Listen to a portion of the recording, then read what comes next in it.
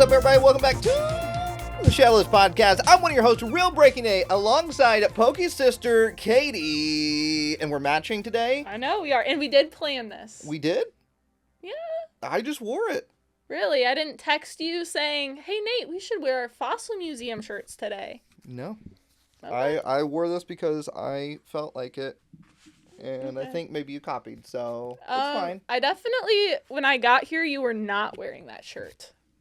You were wearing a gray t-shirt. We got a lot of Pokemon things to talk about We do. this week. Yes, some big reveals for the 30th anniversary Yes. set coming out. I think a lot of people are panicking, maybe. Maybe just a bit. But I don't think maybe we need to panic too hard because it is exciting, but I think it's going to be a little bit easier to get maybe than, I don't know. I don't know. We'll speculate. We'll see. Yes, we'll see.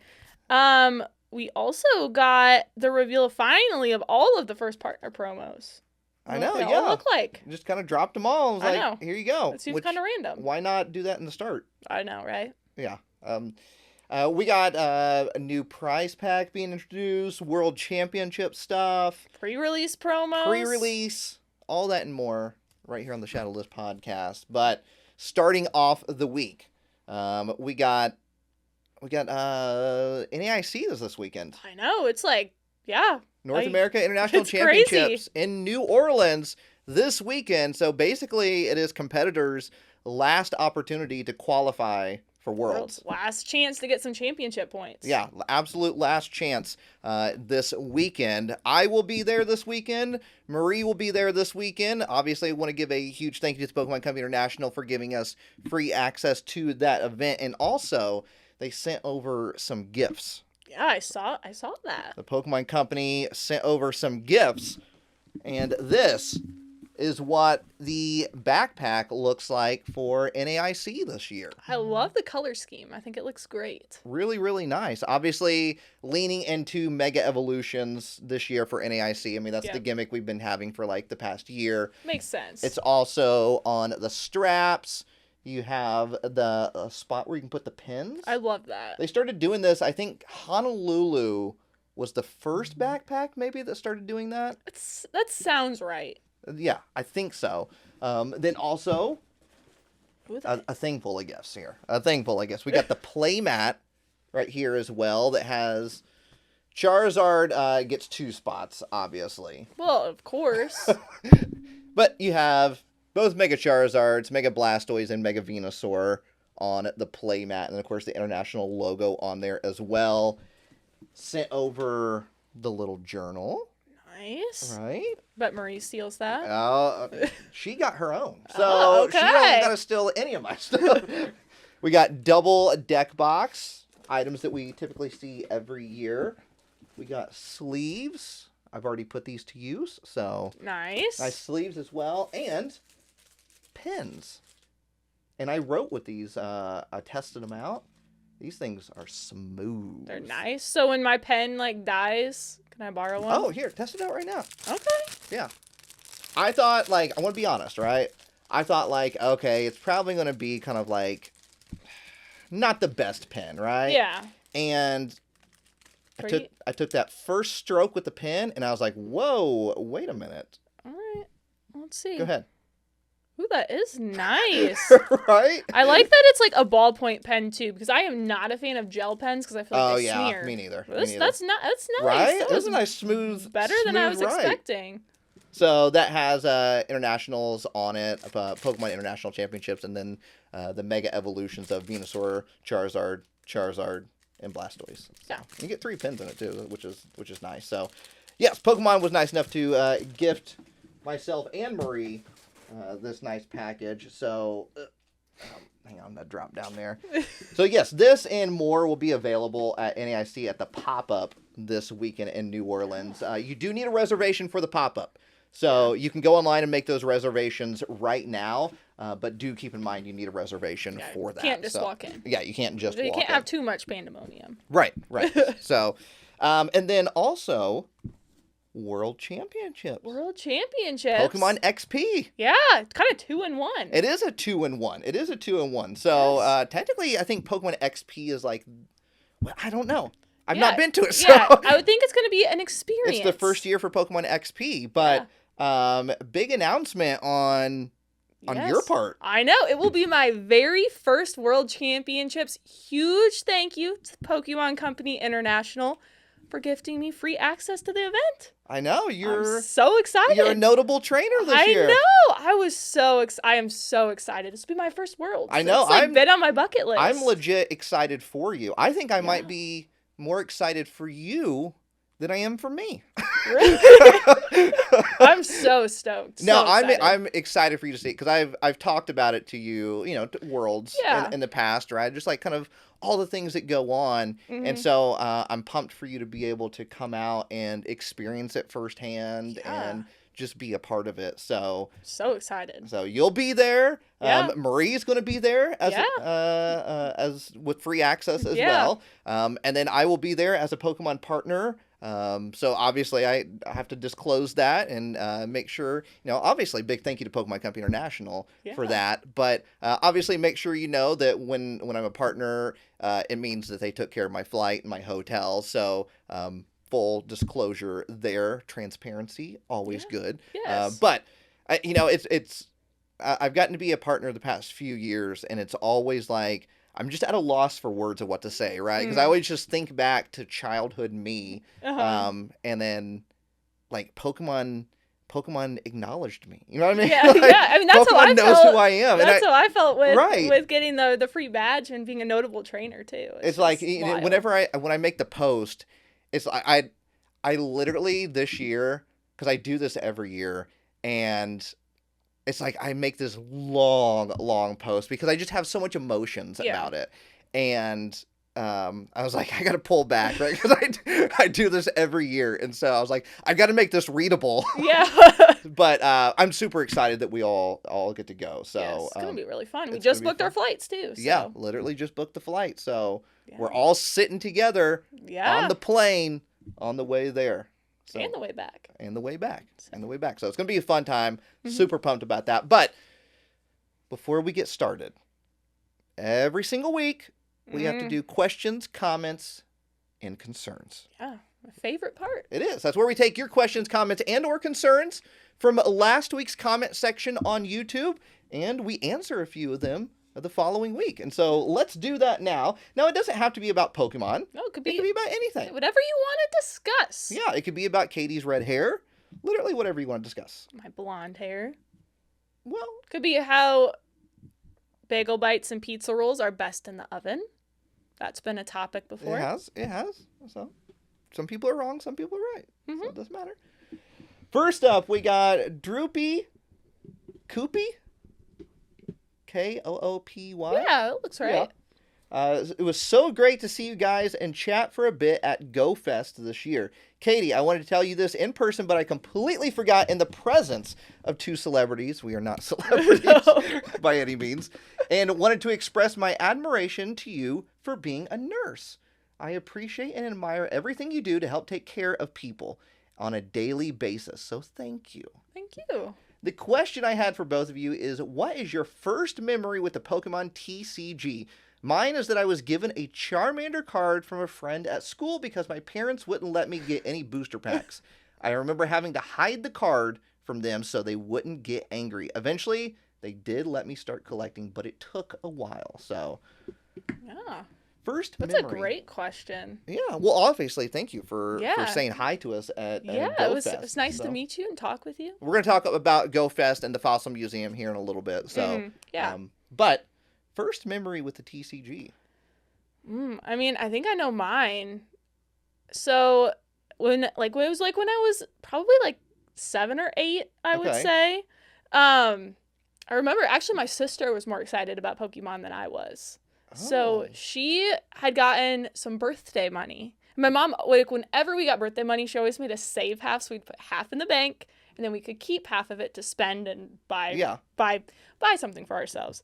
So I remember she bought, I think she went and she got some, I think it was a some collection box, I think. Yeah. It was like a $20 box. And she bought that. And I remember her opening it. And then I was like, I kind of want to get into this. You got FOMO'd. I did. I got FOMO. I'm like, I kind of want some Pokemon cards to open too.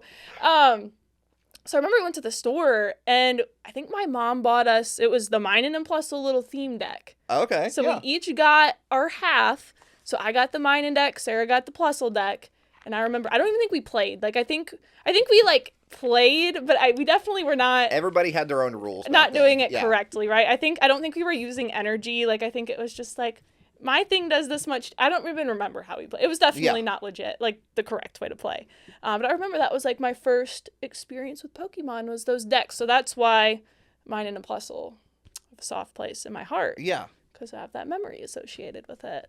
So that's your first one. You got FOMO'd into Pokemon. Yeah, my sister FOMO'd me into Pokemon. And then when, like, come back later, like, we took a break for Pokemon for quite a while. I got back into it when I had my YouTube channel back in the day.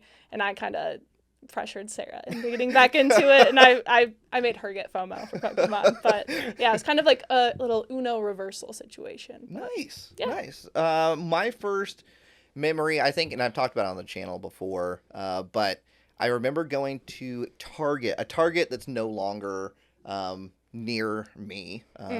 And I remember going to that Target, like, you could probably put a blindfold on me, and right now to this day, and I could probably walk that Target and not bump into a single thing.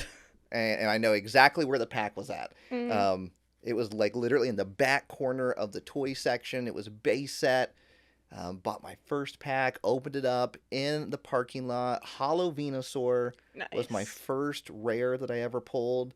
And I think I started off on such a high note with the Hollow Venusaur that I got drawn in. But I've always had a collecting mentality. My dad was a collector of many things.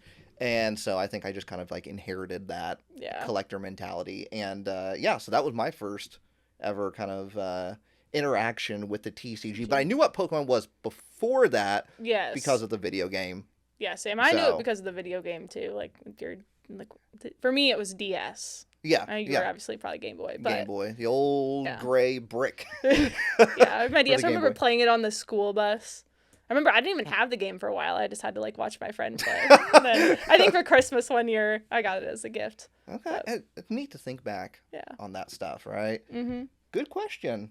I wonder do you still have the Charmander, right? Like that Charmander, right? That Droopy Koopy is talking about? Yeah, like do you... You still have that Charmander? Like that's the like forbidden Charmander. Yeah. Your parents were like, no, you can't have Pokemon. But I feel like a lot of people don't have their childhood cards anymore. We definitely don't have ours. They probably got sold on a garage sale, honestly. I would say most people's Pokemon cards were sold at a garage sale. Yeah. At some point in their life. Next up, we have Talkie Tony. Says, question, third time's the charm, asking. I'm going to try again and have the question in bold in hopes that it'll get answered. Hi, Nate and Katie. Here's my question for you both. Since you were discussing fossil Pokemon a few podcasts ago, which dinosaur is your favorite, and would you want to become a fossil Pokemon? I'm still waiting on a Stegosaurus Pokemon. Hopefully it won't take too long to get a Stego Pokemon. Granted, it was a few gens before we got a T-Rex, so who knows? Ah. I don't really know a whole lot about dinosaurs. I know. I should. My little brother, loves dinosaurs, and he would probably have a better answer than I could. I honestly don't. I know, T-Rex, Pterodactyl. Triceratops, saber-toothed tiger, Tyrannosaur. I know Power Rangers. Yeah. So, when it comes to dinosaurs, if it was in the original Power Rangers, I know it. Then you'll know it. Yeah. But other than that, I don't... Yeah, I don't really know anything dinosaurs. Yeah, I'm trying to think. I never went through besides Power Rangers, I never went through a dinosaur phase to where I was just obsessed with dinosaurs. Mm-hmm. Yeah, I mean, I did not either, but. What about?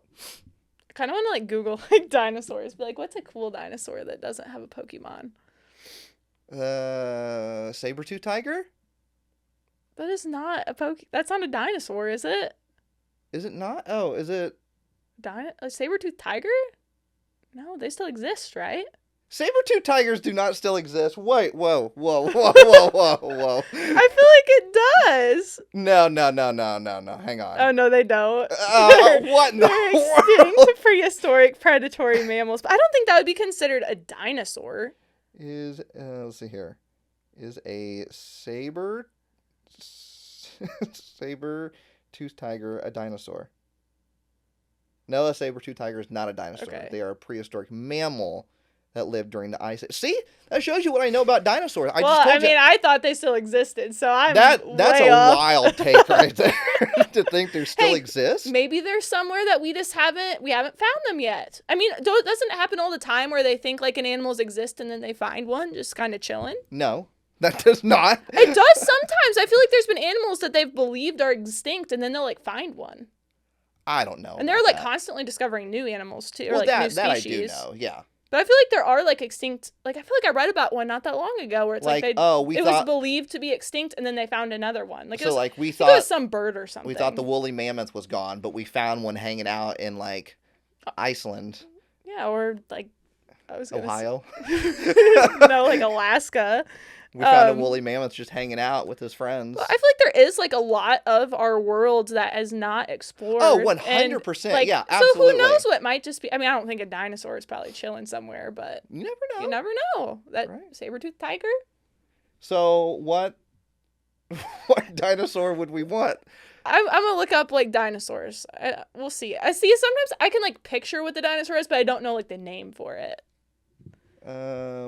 So I want to search dinosaurs. I'll get an answer here. I'm just going to give me a cool list of dinosaurs. We got the I can't even pronounce any of these. Oh, this thing looks funny. I want this one. The Spinosaurus? I want a Parasaurolophus. Probably what happened? Add. What about yeah, that looks kind of cool. It looks kind of derpy. Look at it. What is it? A Paris. I can't even pronounce it. Yeah. I don't know anything about dinosaurs. Yeah, I think that's what I would say. Or this thing looks kind of cool. Plesiosaurus. Looks kind of fun too. So that's what we're going with, Plesiosaurus? Well, I think the Parasaurolophus, probably saying that wrong. Parasaurolophus? Sure. It looks fun. It looks funny. It has like a little thing on its head. Okay, we'll go with that then. So that's what I'll pick. We'll go with that. Yeah. I have more knowledge of pretend Pokemon fossils than I do of real fossils. I know, yeah. Honestly. We were in the museum and I was like, I don't know what that is, but I know what that is. Yeah. I'm like, oh, that's a helix fossil. Yeah. That's a Lilip. So, I feel like we get some sort of fossil like every other gen-ish. Yeah, so I feel like we're probably due for one in Gen 10. Yeah, and I feel like we did learn too, which we'll probably get into later. Like there are like things that have like fossils that it's like they kind of have Pokemon, but they're not necessarily a fossil Pokemon. Yes. So good question though. We got Rodent Record Reviews 2. That's an interesting name. Rodent Record Reviews 2. Are they recording rodents and reviewing them? I don't know. Question 1. What is a card you would put in the classic collection that was not revealed? I would put Silver Dialga. My top 5 favorite Pokemon is Gengar, Piplup, Espeon, Rayquaza, and Mew. That's great. Love the podcast. Thanks for being so positive, Nate. We need more people like you. Notice they didn't say Katie. But they did say Piplup. Yeah, but that doesn't mean it was because of you. Well, they have good taste. Even if it's not because of me, that's great taste right there. Good question, though. That is a really good question, yeah. What card would you put in the classic collection that's not revealed? Can I, like, break this up into, like, a modern card I would like in there? I think you can put whatever you want in there. Okay. Whatever you want. Yeah, I don't think there's no wrong answer. I mean, I would like, as far as, like, super modern, I would love to see a Bubble Mew in there. Oh, yeah. Yeah, I think that would be great. That's what I was going to say. I was going to say, I want Pokemon to just troll everybody. I know. Honestly, it's not even a troll. Yeah. It's literally just like... Here, we're going to make this card way more accessible. Yes, right? People. Because there's literally people that just want the artwork. They just want to have the artwork in their collection, and everything is too ridiculously overpriced, and it shouldn't be. I will argue that for days. I will say, I saw something where it's like the Bubble Mew was like 2 to 3 times more than a Southern Islands Mew. See, that makes no sense. Literally, and we're still seeing random stocks of Paldean Fates on the shelves. Yes. Right? Like, obviously, it's hard to get.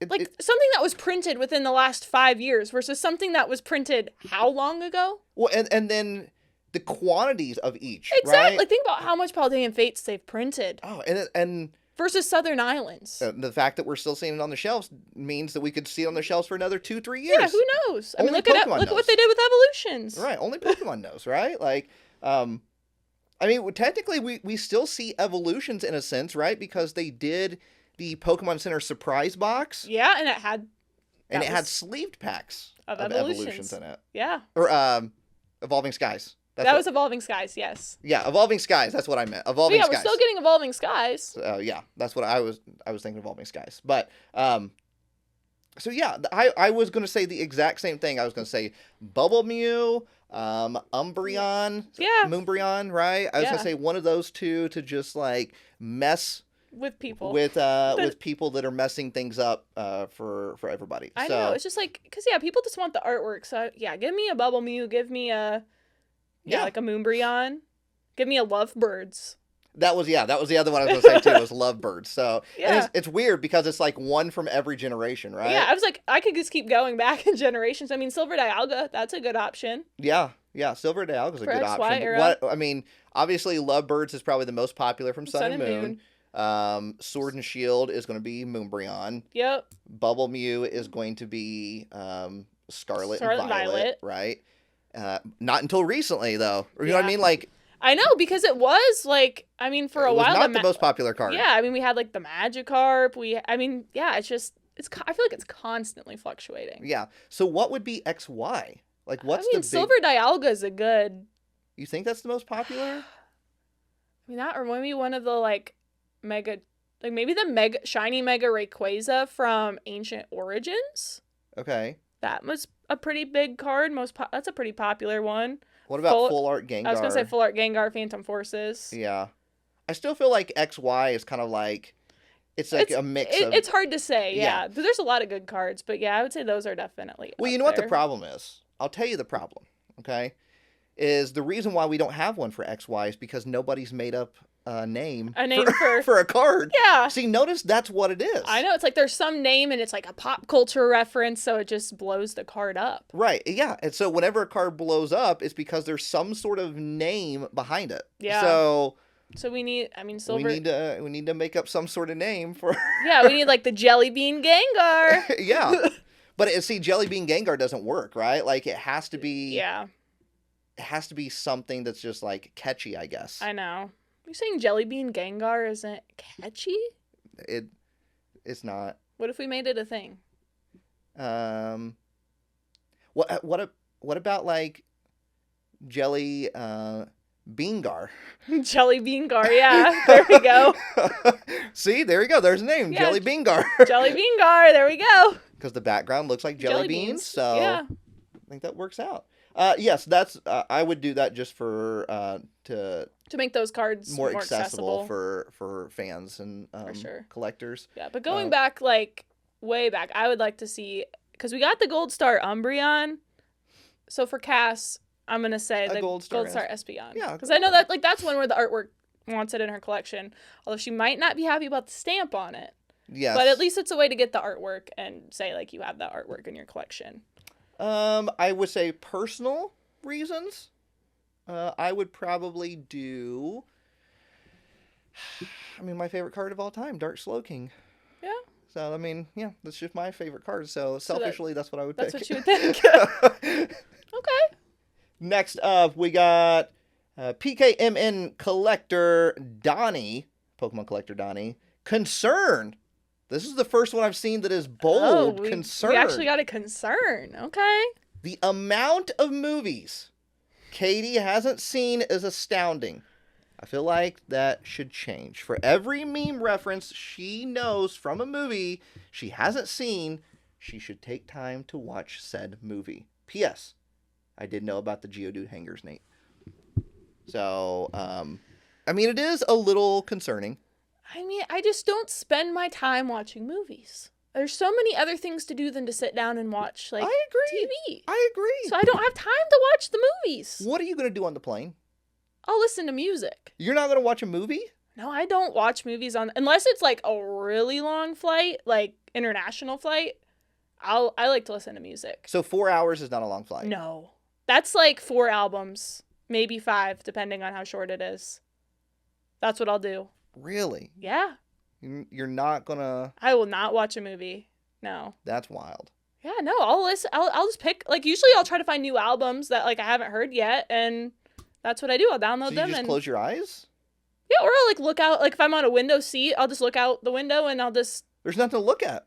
The clouds! I can look at the clouds! I guess. I just, like, I mean, it's a good, like, time just to relax and, like, reflect and find new music. Yeah, that's what I do. Okay. But if it's, like, a really long flight, like, when we went to Greece, I watched a movie. I watched one movie. Can I pick your flight on the movie? Will you watch a movie and let me pick it? I don't want to watch a movie. But you can pick an album. No. Let me pick a movie for you and you watch the movie. I don't like to watch, like, that's not my flight routine. That's gonna screw up my flight routine. No. It's good to have change. I don't want, no. Change is good. Maybe when we go to Japan, I'll let you pick a movie. That's a long enough flight for a movie. 4 hours is like nothing.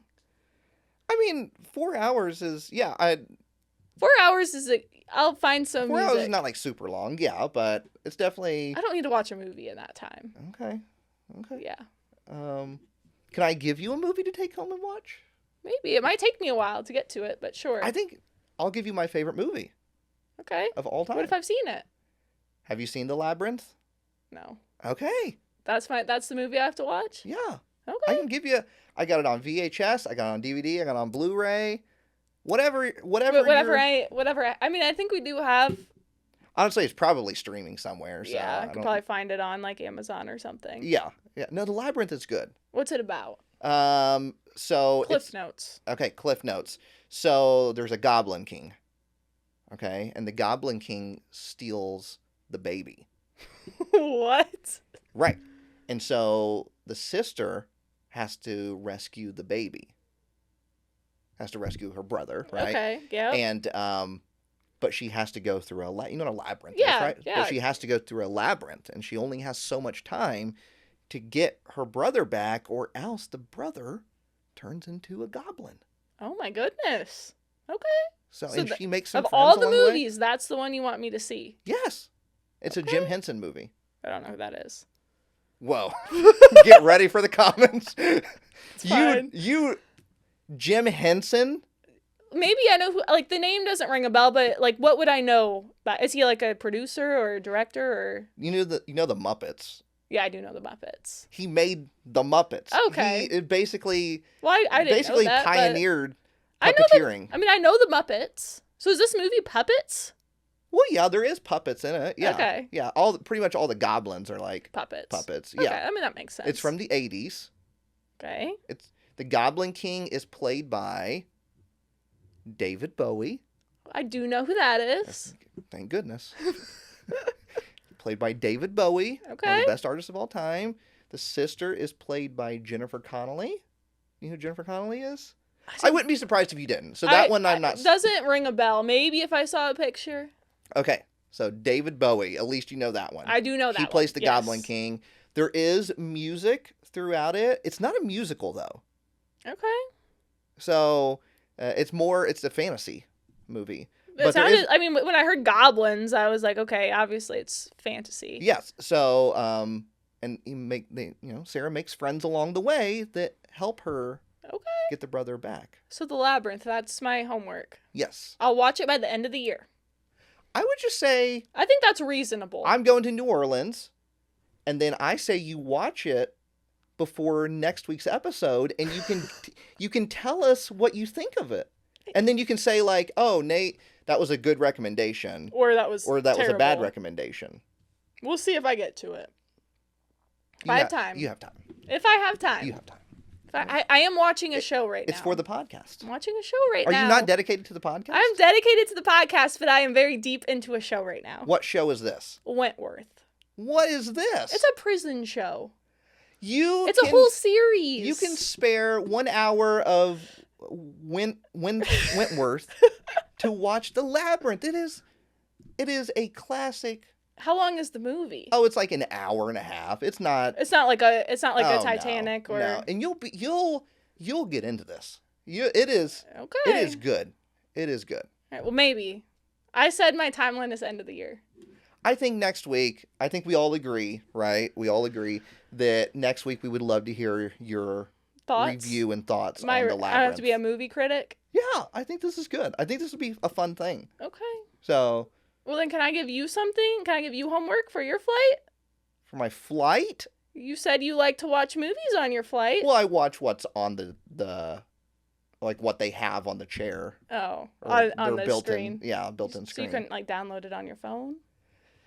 Nah. I don't want to pull out my phone and watch on that. They might have it. What is it? What are you recommending? Well, I don't know. I didn't have it. Oh, okay. Okay. See? Well, see, I was willing to, and you didn't even have anything. You didn't even have anything. So, all right. So next week we will hear Katie's review on The Labyrinth. And maybe have Cass sit down and watch it with you. Do you think Cass would enjoy that movie? Honestly, I think she would. Okay. Yeah, I think it's her vibe for sure. Okay, well, maybe if the time allows. It'll allow. Don't worry, guys. Next up we have Gengar X2.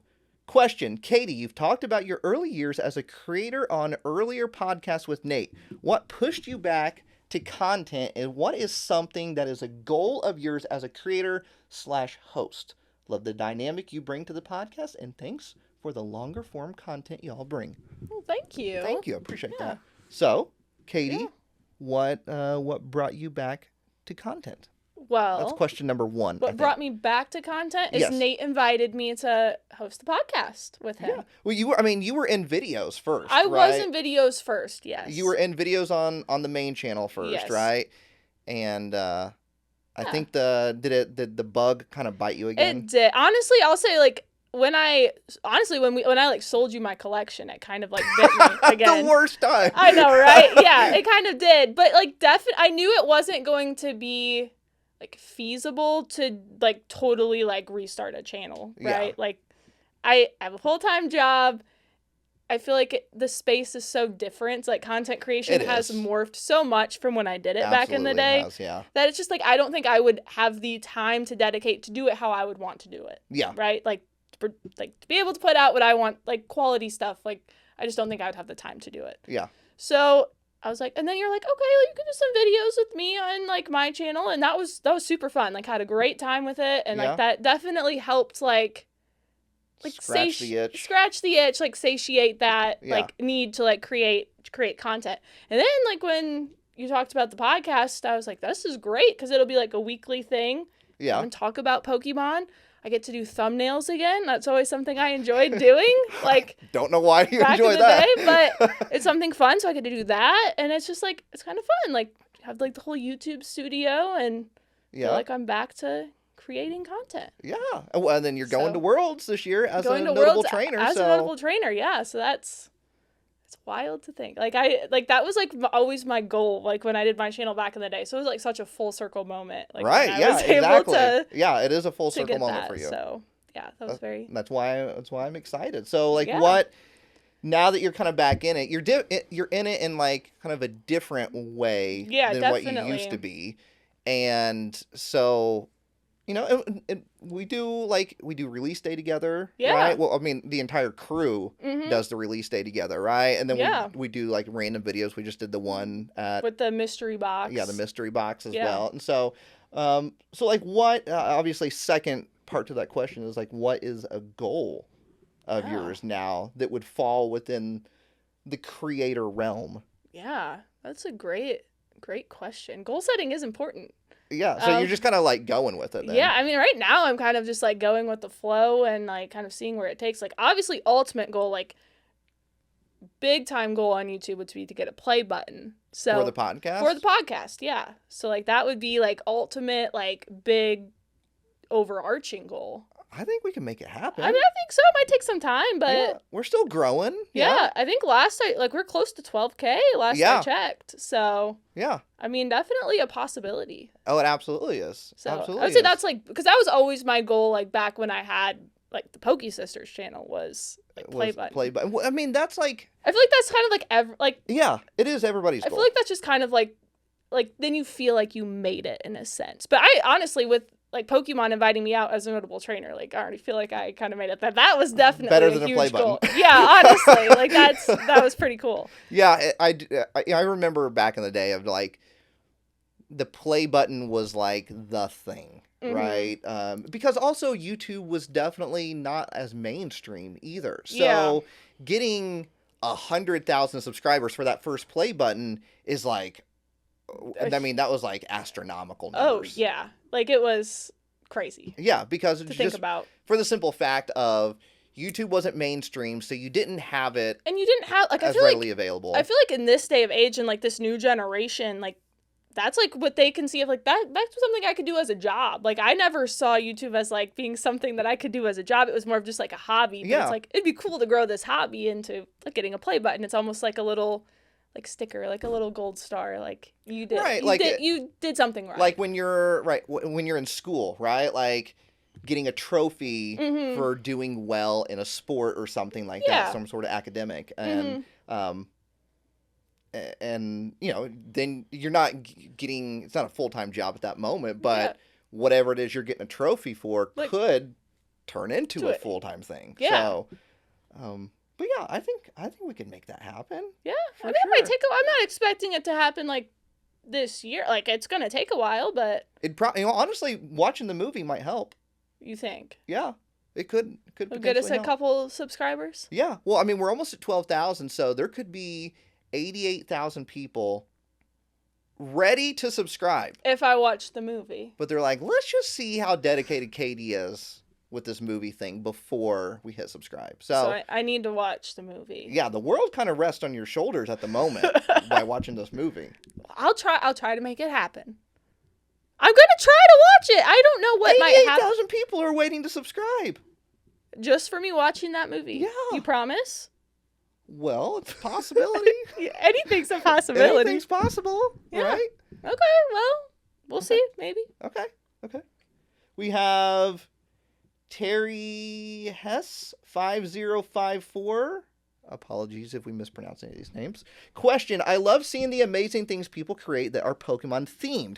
Would you guys be willing to have a segment where people can send in pictures of Pokemon things they've made to show on the podcast? Also, I had the McDonald's set in the quiz. Read the name like you're Mario. It's a me, Mario.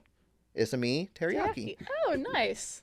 I like the explanation. Last week we did a quiz where viewers, fans, sent in pictures of their binder. And we had to guess the theme. The theme of the binder. That was fun. So, yeah, I remember the McDonald's one. So, that was one where we thought too hard. Yeah, we thought way too hard.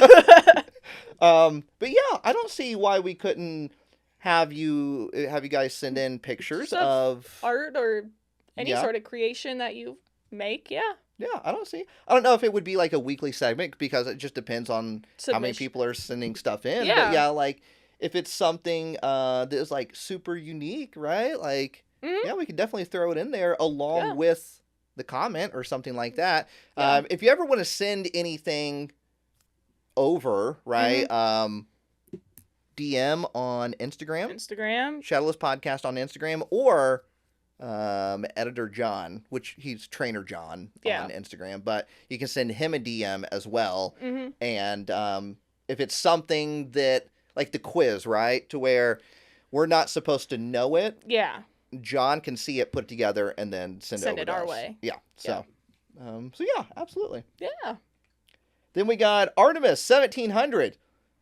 With Katie recently posting on Instagram that she will be at Worlds, can we look forward to another year of a Worlds podcast episode. Maybe even some surprised guest appearances. Absolutely. Yeah. Absolutely. For I'm not sure. confirming or denying that there could be or could not be Or could be. things in the works. Yeah. So it would be different because we've been doing the podcast at every Worlds. So we did it. Danny and I did it at London. Mm-hmm. Then for Japan, Danny, myself, and Jordan did it, right? And then Honolulu, we did it on the stage at Honolulu. Very first ever official podcast at a Pokemon Worlds event. Me, Danny, and Jordan. And then last year, Anaheim, the podcast was on hiatus at that point, but we came back for kind of like a one-off. Special little. Yeah. Yeah. And we did that kind of like in the hotel room. Mm-hmm. But Bear Walker has been a guest on every single one of them. So he might be a little upset if I don't invite him Yeah. to do it again. So it's a possibility. Yeah. It's a possibility. So there's been talks here and there. The one thing that we would have to figure out is because it's always been just audio. Mm-hmm. And now that we have video, we would have to figure out how to make that work. Yes. So Definitely be a different dynamic. yeah, I know. We'd have to bring extra microphones. We'd probably have to Bring the camera. bring that camera in a tripod Yeah. as well. So yeah, I think it's doable. Yeah, we'll figure it doable. out. And that is it for questions, comments, and concerns this week. I thought it was great. Yeah. I thought a lot of Definitely good some questions, ones. comments, and concerns. Yeah, we had a concern this week. We did. We actually had an actual concern this So week. maybe if I watch the movie, then there won't be a concern next week. Like I said, it all rests on your shoulders. We'll see. I mean, you said you wanted to achieve the play button. That's what I have to do to get there. Well, I mean, It might help. It might help. Yeah, it might be one of the steps Okay. to get us there. So it might be like, first, you have to watch the movie. Second, we get your tongue pierced. Remember, because that's Well, we're both doing that. Well, I talked to William the other day. He said it wouldn't be cool if I did it. So, But what if Mark thinks it'd be cool if you did it? well, I talked to Mark. Did you? Yeah, I talked to him. Really? Can I see the receipts? It was in person. It was like an in-person conversation. Oh, where at? Yeah, Chipotle. Really? Yep. Okay. Yeah, it was just kind of like a passing Hmm. thing. I happened to randomly see him here in Indiana. So, Interesting. yeah. So, yeah. I think they both agreed that just you on the tongue piercing Just and me. not me. So, Oh, okay. and then that would be the next step. So, labyrinth, tongue Tongue piercing. piercing. Then probably 100,000. Then probably the play button. Yeah. Okay. So- Well, there's no tattoos thrown in there, so really nothing like permanent. Well, yeah. Well, I mean, you permanently know that movie. That's true. Yeah, but the tongue piercing could come out. Yeah, that's true. That's So. true. So, now before we get into Pokemon Center, we did Go Fest in We the did. Fossil Museum. Yeah, it was a very Pokemon filled weekend. Did you want to open your drink? Yeah, I kind of forgot about it, honestly. Go ahead, we'll wait for you. Okay. I'm going to take my time here. Go ahead. We've got Bloom Pop, Shirley Temple, prebiotic soda Okay. with 20 calories. And that's different than a probiotic. It is. Okay. Yeah. What is the difference between a prebiotic and a I think we probiotic? discussed this, and Did I we? think a prebiotic helps kind of like feed the bacteria or something Okay. in your gut. And the probiotic gets rid of it? It is like the bacteria. Oh, okay. Yeah. Okay. So All right. I think maybe correct me if I'm wrong. Well, my water is just biotic. With plastic. Oh, yeah, because no one's got me a water bottle yet. Working on it. I actually saw one this weekend, but you didn't seem too thrilled about it. Well, yeah, because you said you were going to get me one, and I did not want to disrupt that chain of events. Okay. Whoa. It was an intense pop there. Mm-hmm. So yeah, we did Go Fest. We did the Fossil Museum this weekend as well. Yeah. We did Fossil Museum on this past Friday. Mm-hmm. And got to give a huge thank you to the Field Museum for this. It was- Specifically, Elaine. Yes. She set up this behind-the-scenes tour of the Field Museum. Yeah, we literally got to go like in rooms where they just hold like all of their specimens that are not on display. Right, I would assume it's called the archives, right? Yeah, like the museum archives. Yeah. And we went below the building. Yeah, like And there 2 was- feet underground. Yeah, there was multiple floors. Yes. So, and they said the building was like over 100 years old.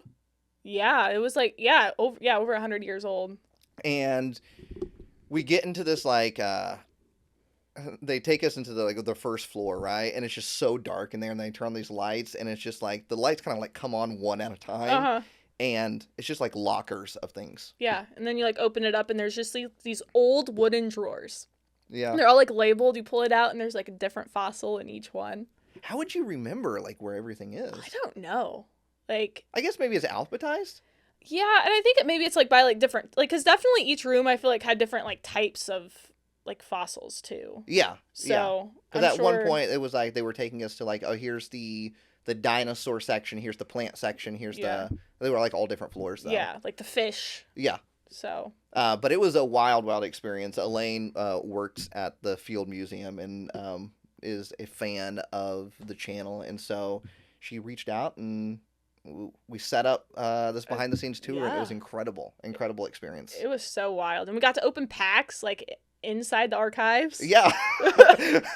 that'll be in the Fossil Museum video going up on the main channel. That's going up this Saturday. So Fossil Museum up this Saturday. So if you're kind of curious what all is in the Fossil Museum, or maybe that's something that you're just not able to travel for and experience, kind of bringing the experience to you. But I would highly recommend, if you are able to get to the Field Museum in Chicago, to see the Fossil Museum exhibit, and just see the overall Field Museum. Yeah. I would highly recommend it. No, I would too. I had such a great time. Yeah.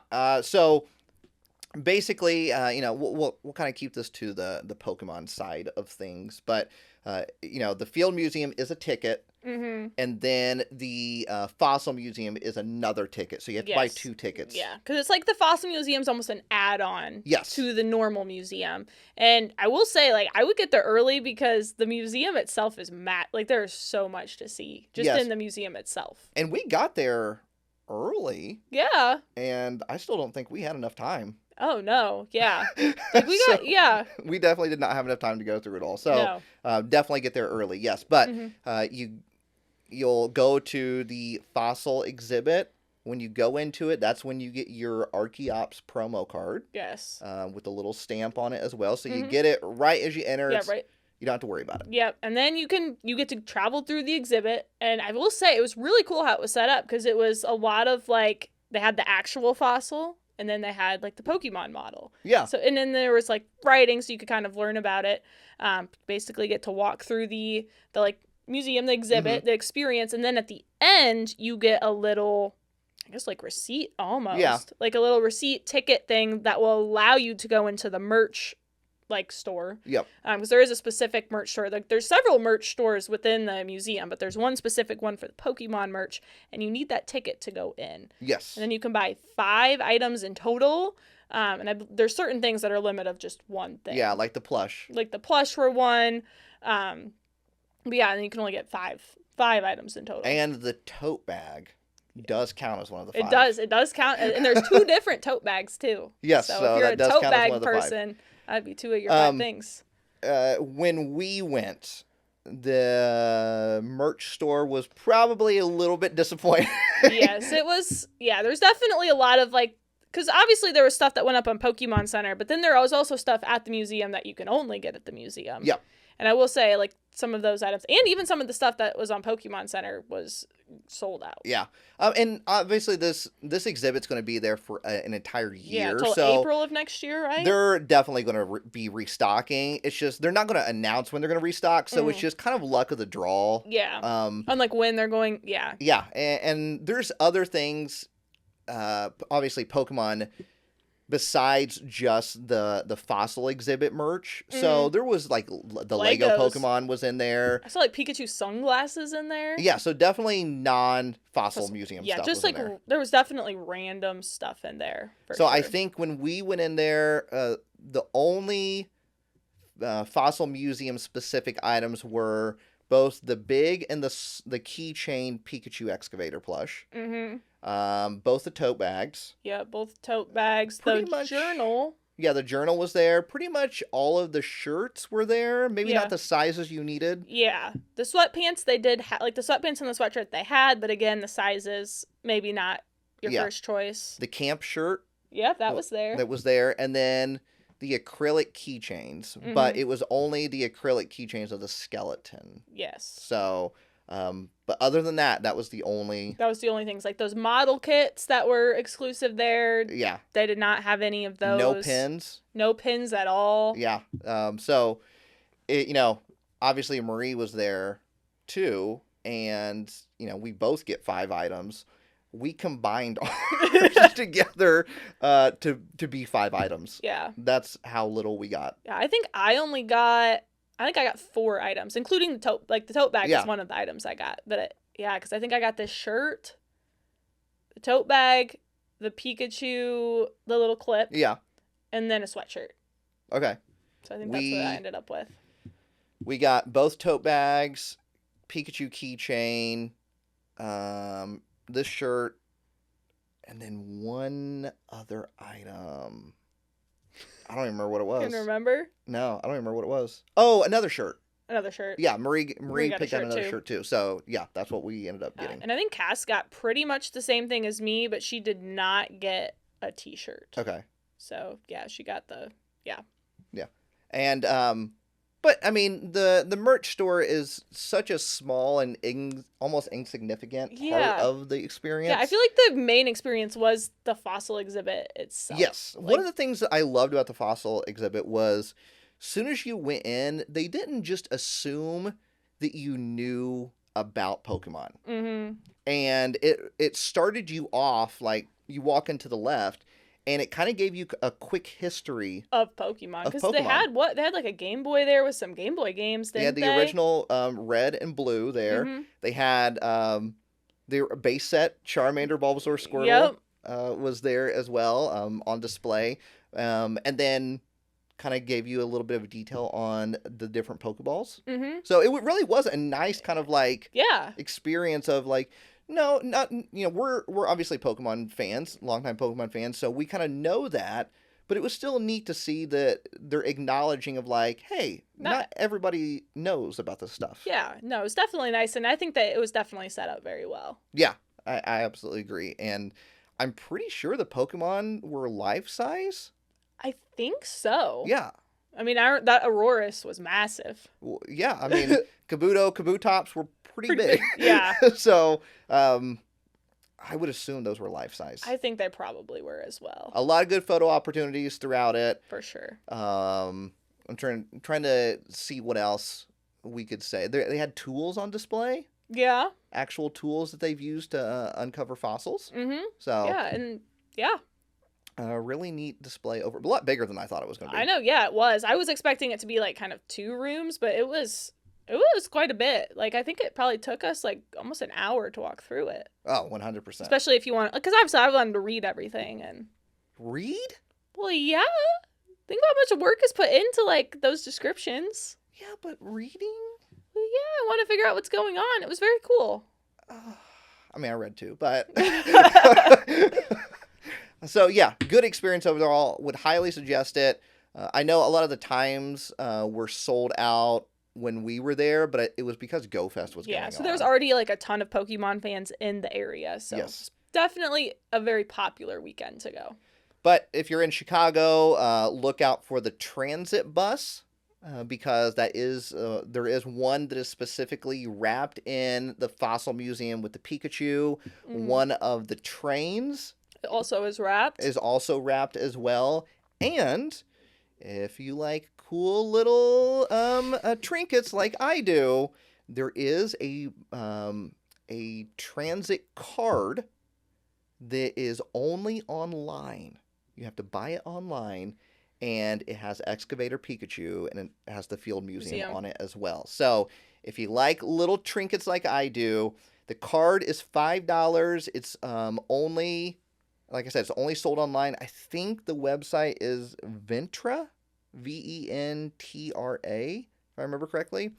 Card's $5, but you do have to like load it, and I think the minimum is $5, so overall $10. $10, and then get it shipped to your and then it gets shipped to address. me. So if you like a little Pokemon trinket, there you go. Yeah. So, but then Go Fest, the big event. Yeah, the big event. The big event of the weekend. Our play day was on Saturday. Mm-hmm. Thoughts? Because this was your first Go Fest. Yeah. I've been to Go Fest before. It was definitely, there was a lot more people there than I was expecting. Like, when we walked into the park for our play day, I was like, oh my goodness. Yeah. It was crazy, like, all the setup, all the photo ops, like, it was huge. And they had it, like, I don't know if they always do this, but they had it broken up into, like, different districts almost. Do they always do that? Yeah, that's kind of a typical thing. Yeah, so I thought that was, I mean, I didn't know. I'd never been to one. So I thought that was kind of cool.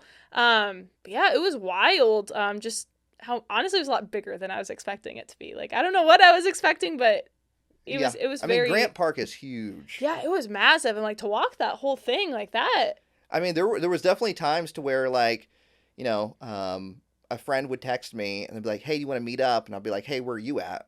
And then they would be on the complete opposite side. Like, oh. And it's like, it was going to take forever to get to the other side, and you'd have to meet them like halfway. In the middle. Yeah, it's like, let's meet at the fountain, because that was kind of like a central point. Yes. But it is very, very big, and a lot of people, obviously, when you have your play day in the park, only Pokemon will pop up for your play day in the park. In the park, yeah. So it's like if you're if you're going into the park on Friday and your play day Saturday, then just like it's like nothing will pop up. Which makes sense because they're trying to probably clear it out so people can actually walk in there and it not be too crowded and overwhelming. So I definitely get why they do that. But it was kind of cool too because kind of throughout the city, like.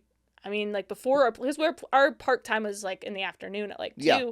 So we went up to the pop-up shop beforehand and there was still like a ton of like gyms and Pokestops and all of that there. So it definitely felt like, you know, there was a lot to do. And I don't even think I completed all the research tasks. Oh, no, I did. I definitely not. I wasn't even trying to complete the research because there was so many different like research tasks going on that I was so confused. Because I just kept like getting... pop-ups of like this is complete, but it was like part 1 of this, part 1 of that. Like, I don't even know what I did. Yeah, I was just like, I don't know. If I complete it, I complete it. And then, but Mega Mewtwo was like the big thing at the end that you would go and catch. And I for some reason, I don't know why, I thought you would only get one. Like I thought you had to pick X or Y, but you get both. You get both, yeah. So I was like, that was nice. And it was a guaranteed background on those with the Chicago skyline, so that was cool. It could be shiny. It could be. I didn't get one. How many shinies did you end up with? Listen, not that many. Not that many? No. Really? It was probably, I mean, because I only got to play really for Saturday was our play day, so that was like I mean, I only really played on Saturday too. I think it was probably a normal amount. Like if I was to go out and play right now and I played for 8 hours, probably the same amount. Really? Yeah.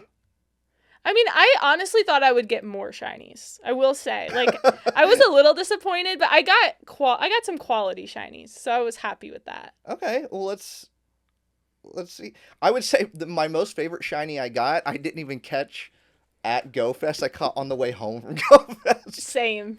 Really? Actually, same. Yes. Okay. Yeah. Okay. What was your favorite shiny you caught then? Mine was Excavator Pikachu. Oh, that's right. Yeah. You're trading that to me, right? No. I mean, I do still have a couple from the research. I have 3 I haven't done yet. Oh, you're spacing it out? I am. So I could get another one. But why don't we just try right now? Why don't you just see what... Should I open it? Should I screen record and see? Yeah, let's see. Try to catch them? I already tried all my Excavator Pikachus. Right, I have 3 more. So if I get an extra one, I might be able to trade it to you.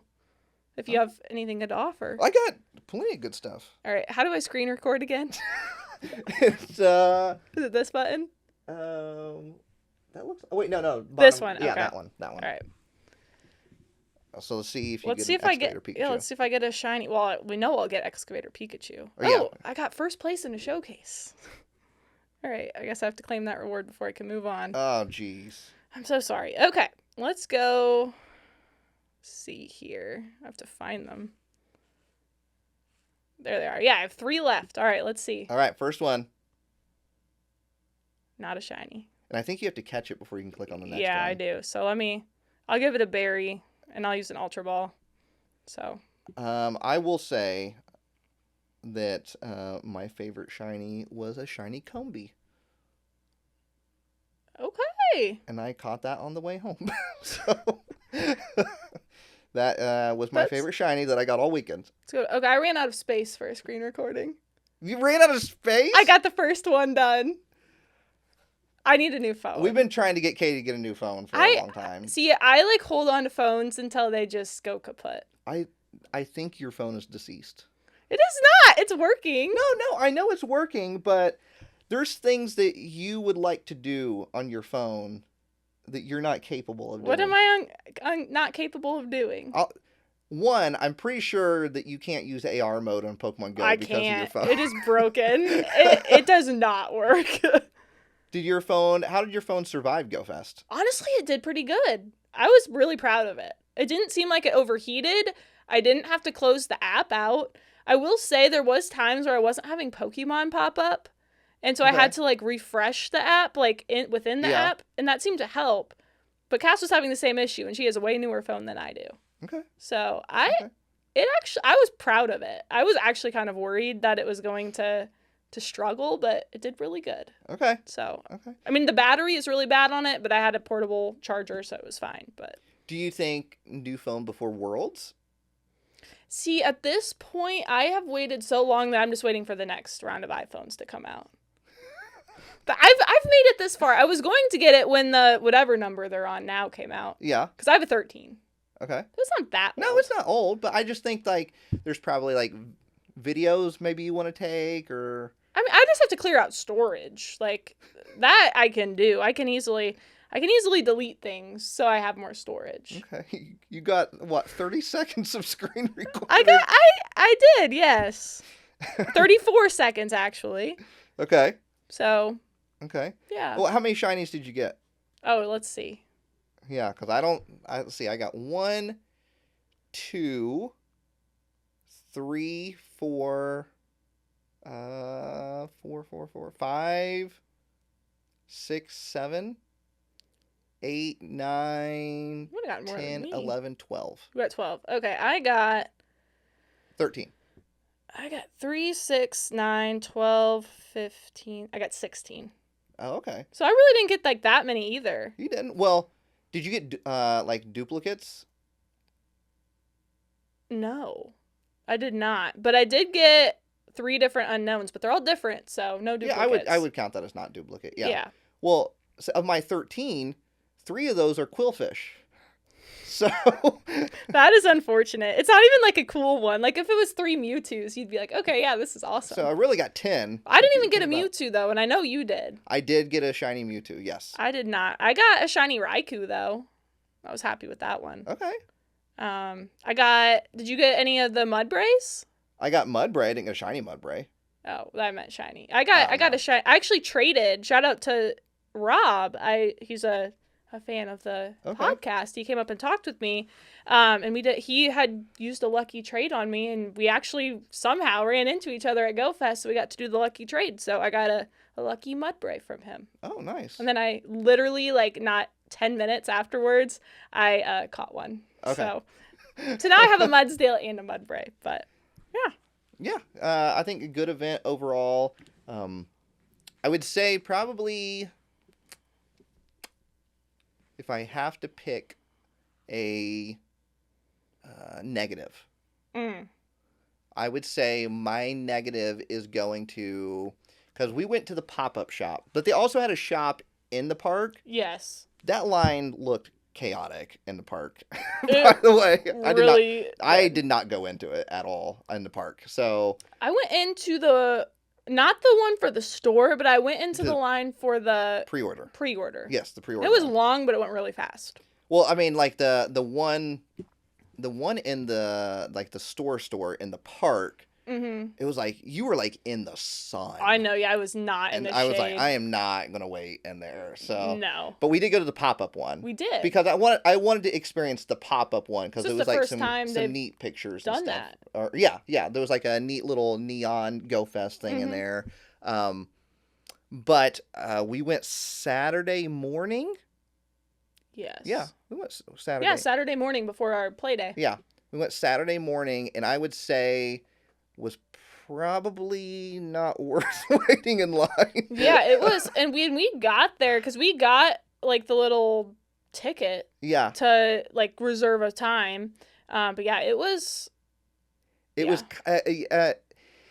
There was a lot of like sold out items. There was. I will say, Cass and I did go to the store on Friday, and there was definitely more in stock on Friday. So it was the time that we went. It was the time. So because the pop-up shop was open all week, so I feel like the earlier you go, obviously, probably the more. When you went on Friday, did they have the 10th anniversary pins? No. No, so they were even sold out of that. Yeah, I don't even know if they had those. Yeah, they did. Did they? Yeah. Well, they didn't. They did not have those at that time. But I will say a lot. They did, because shout out to Super Duper Danny, they picked me up one. Oh, nice. when they went in. So yeah, they did have them. Yeah, they did not have that. But I will say, as far as like the t-shirts go, they had like pretty much all of the sizes and shirts still in stock. Okay. And they had more pin options than when we were Yeah, there. a lot of pin options were lacking. There were even some Go Fest shirts that were just completely sold out. Yeah, like there was one that Cass had gotten. I don't remember which year. It was the like gray one where there's like the Rayquaza going through the sky. Oh yeah, that one. That one was totally sold out of like all sizes. They had every size when we went on Friday. So okay, so yeah, I would have liked to have. It would have been nice if they had like some sort of sign outside that listed the items that was like, this item is sold out. That way, or like a QR code so you could kind of see like what was still in stock. Yeah, that way you didn't necessarily have to wait in line, because we waited in line for an hour. Yeah, out and it was hot in the sun. So we waited in line for an hour, and yeah, I think we walked away with like 2-3 things. So. Yeah, I mean, me and Cass had already been in there, so we didn't really get that much stuff. And I appreciate you guys waiting in line again with us, but. So yeah, I that would have been my suggestion, would like have some sort of sign, so that way if something's sold out, then you're not wasting your time. Waiting for that specific item, and you can go play. Yeah, exactly. Right. So that would have been my, like, I guess my biggest gripe would be that. Yeah. So, and it's like, really, in the grand scheme of things, it's not that big of a deal. No. It would just be nice. But for purposes of discussion here, I was trying to have like a positive and a negative. Yeah. So no, I would agree with that too, because it'd be nice if you could just like scan a QR code and see, these are the items we still have in stock.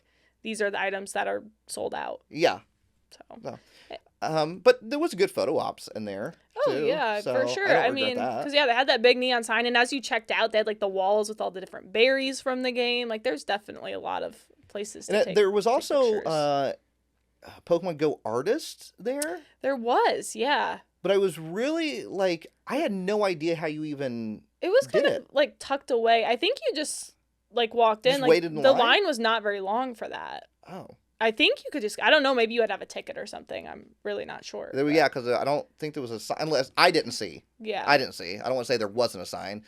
I didn't see a sign. Mm-hmm. And it was tucked away like on the side too. So definitely not like by the entrance of the store. It's kind of by the exit. Yeah, absolutely. And there was a Richards right across from the pop-up shop, and we were like, let's just go in and see if they have Pokemon cards. On a Saturday. During Go Fest, they have Pokemon cards. They sure did. Behind the register, they had Chaos Rising sleeved packs. Yeah, 2 per person. Yeah, and I will say, when I got home and opened them, I pulled an SIR. So that was a good choice to go in there. It was fun. And I think Cass needed new shoes, so I think that's why she wanted to go in there. I think when we met up that day, I think the first comment I made to Cass was like, oh, that's an interesting shoe choice. Cass wore flip-flops, essentially. It was like, they weren't flip-flops, but it was like, they weren't Birkenstocks, but similar to like a Birkenstock style sandal. I just knew that her feet were going to be hurting. Yes. I even said when we left, I'm like, that's what you're going to wear for shoes? Oh, yeah, they're so comfortable. like, we're going to do a lot of walking. Right, because at that time, you guys hadn't been in Grant Park yet. No. So you had no idea what you were getting into. No. Yeah, so, because I went in 2019 when it was there, and just remembered, like, how massive that park is. Yeah. So it was, She learned for next year. Yeah, well, she got shoes that she loved, though. She did get some nice Hokas, so. There was also, it was like a random Amazon locker there that was decked out in Pokemon. Mm-hmm. So, yeah, just, I don't know, kind of random. Yeah, it was very random. You could scan a QR code and then follow that on Amazon. Yeah, it was like a Pokemon TCG, like, something. And then you got a sticker for free, which I did, because I love trinkets, so. Well, yeah, and it's free. And you didn't go do it. I didn't. I never know what to do with stickers, so. You cherish them. Anytime I want to see it, I know where to find one. You can't take part in my sticker. I could just look at it. I only got one. I don't want the sticker. I can just look at it. That one's mine, though. I didn't get an extra for you to look at. Okay, well, I got to see it, although you made it very difficult to look at it. I did not. Yes, you did. Spent a lot of time getting that sticker. You kept saying, there's a Piplup on it. And there was not a Piplup on it. And let me say, she did not run over there to get it. Because if that was like, oh, there's a Psyduck on it, I wouldn't have even questioned it. I just would have ran over there and got it. And you looked like you could care less that there was not a Piplup on it. But the point is that if there was a Piplup on it, I would have gone and gotten it. But there was not. But you didn't just go run to get it. Because there wasn't a Piplup on it. But you didn't know that at first. What I'm saying was I told you there was a Piplup, and then you... But the way you said it, I knew you just kind of stood around like, I don't care. The way you said it and the way you were hiding it, I just knew there wasn't one on there. Well, you gave it away. How did I say it? You're like, there's a Piplup on there, and you're like hiding it, and you're like, it's right there. And then you like pull it away really quick. Well, yeah, it's my sticker. It was a Wooper, not a Piplup. Easy mix-up. Anybody would have mixed that up. No. Anybody would have mixed that up. Absolutely not. Good time, though. It was very fun. Yes. Great weekend. Absolutely. Hung out with a lot of friends. You got to meet a lot of people. I got to meet Super Duper Danny, finally. For the very first time. I remember like trading with them back in the day when they didn't even go by Super Duper Danny. It was Super Duper Tutorials. I still have a signature card from back then. So yeah, it was great that you got to finally meet a bunch of people, because I always talk about these people to you. So nice to put like names with faces, and I got to see Al Creamy Sunday again. I hadn't seen her since Indie Regionals a couple years ago. 2024. Yeah, that sounds right. Yeah. Yeah. So. But you got to meet Adam, awesome Adam. You got to meet Glitch. Mm-hmm. Steffo. Yeah, Stephosaurus. You got to meet, and I think that was it though. Yeah, that might be it. It was definitely like, I felt like we were just like jam packed with things. Like I feel like there was more people like to meet, but it's just we ran out of time. Yeah, because Cass and I did leave on Saturday. Yeah, I wanted you to meet Steve from It's Super Effective PKMN cast. But yeah, we didn't get to do it. Yeah. Before you guys left, so. I guess there's always Worlds. There is always Worlds. It'll happen at Worlds for sure. I did get my pre-order pin. Oh, you did? You waited in the line? I did not. Oh, did you not have to wait in line? I went 15 minutes before it closed. Oh my gosh. And no line? Nobody in line. Nobody in line. Nice. Walked right up there, got my pin, walked away. Didn't have to wait in line, didn't have to wait in the sun. I got up there and she was like, "Whoa, you're cutting it close." And I was like, "Yeah, I did it on purpose." So there was no line. There was no line. And then she was like, "That's smart." So you got your pin. Got my pin. Nice. Got my pin. So, I got my pin too, but I did have to wait in line. Although it went really fast. I feel like we were in line for less than 20 minutes. So. And thank you to everybody that stopped us and said hi. Yeah. We got to meet a lot of cool people over the weekend. A lot of fans of the main channel, of the podcast. Yeah. So it was a good time. It was wonderful. Loved it. Can't wait till next year. I didn't get to go to 2025 Go Fest. You were busy. I was busy. Yeah. So I had to go to somebody's wedding. Yep.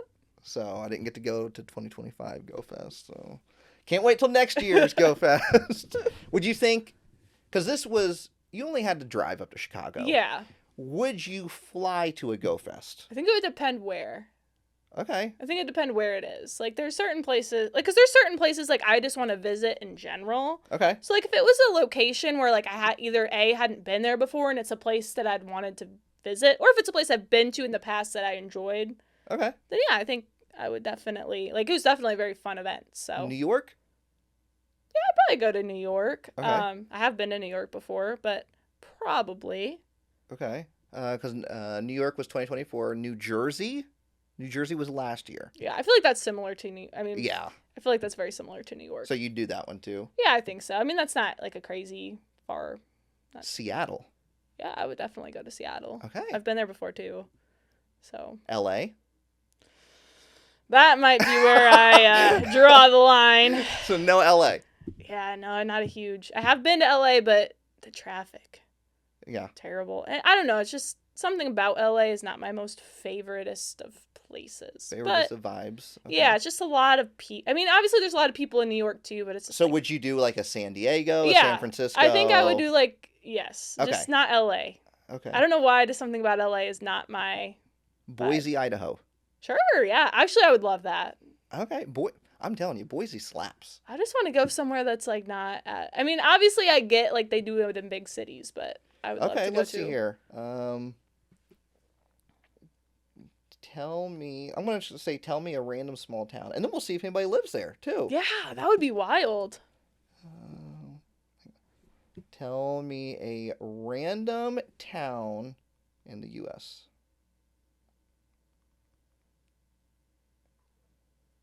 How about Bisbee? I've heard of that before. Bisbee. I feel like I've heard of that. Where's it at? It is in Arizona. I feel like I've heard Arizona would be hot though. So would you go to, it says it's a small historic mining town in southeastern Arizona known for colorful hillside buildings, art galleries, and a quirky old west atmosphere. So would you go to Bisbee, Arizona for GoFest? Maybe. It just would be really hot because it's like the desert.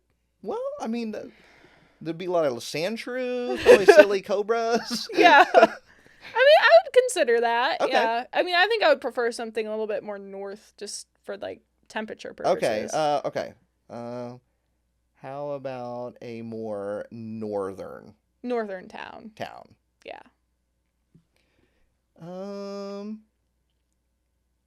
This is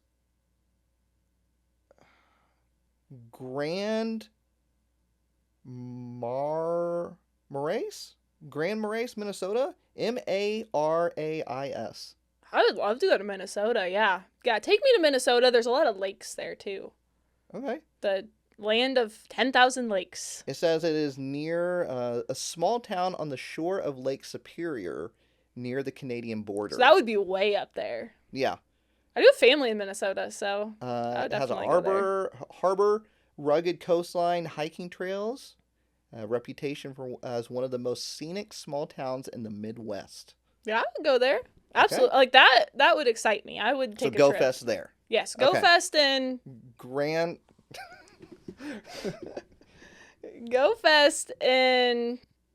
Grand Marais, Minnesota. Yeah. Yeah, let's go there. All right, that's where GoFest is happening. 2027. Yes. We'll go there. Yeah. So.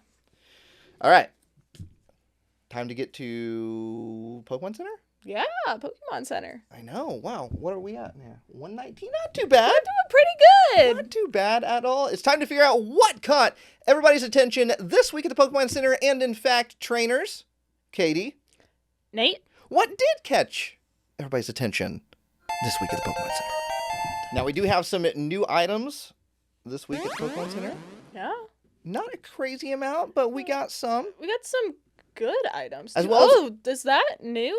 Yeah, have you not seen this? I haven't seen that yet. Yes, this is a new feature. Okay, yeah, that's new for me. Yeah. So I'll get to experience this. Was Pixel Pikachu out last week? No. It was We not. stopped at Legos. Yes. So we got the Pikachu 1996 style plush keychain. And this was the one that released in Japan a little bit earlier this year. Yep. On the day after Pokemon Day. Yeah. Day after Pokemon Day. And there it is. Look at that thing. It's so cute. And it is different than the bigger one we're going to look at. Yes, this one is like more flat. So $12.99. It is sold out.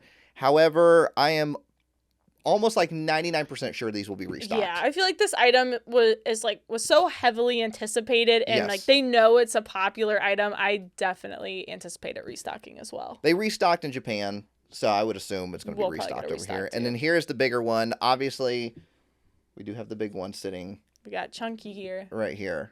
Look at him. He's this so one's cute. yours. You bought this. This is mine. Yeah, got him. His like little tail's like a handle. But yeah, I did buy this one. Cass really wanted them, so. Well, I mean, I understand. I feel like everybody should want this. I know. They're so good. Like, there he is. He's like gray. I mean, it's right out of the video game. Yeah, right out of the original Game Boy video game. And so he's hanging out right by the Moo Moo Milk Light for today. $29.99. However, this one is also sold out. I will say, interestingly, kind of surprised me. The little keychain sold out first. You know, the same thing happened with that gold one. That was released last week. Yeah, the 30th anniversary one. Let me see so you guys have a reference here what I'm talking about. This right where's it? Here. These right here. The keychain did sell out first. Yes. I have a theory behind this that yes, could they be making less keychains? That's absolutely a possibility. However, the keychain thing overall, not just Pokemon, seems to be a fashion trend. Yeah. So a lot of people are putting them on purses, backpacks, belt clips, all that stuff. And so I think that's why the keychains are selling out faster. Because it's like a little fashion statement. I will say, when we were at GoFest, I feel like the majority of people had like a little clip either on their backpack or like fanny pack, purse. It's a great way to like kind of represent your favorite Pokemon or just something you think is cool, right? Yeah. But it's easier to represent it that way than a big this is like an at-home plush, and then that is your like on the go plush. So that is also sold out as well. Like I said, I feel like these will be restocked, so I would not panic whatsoever.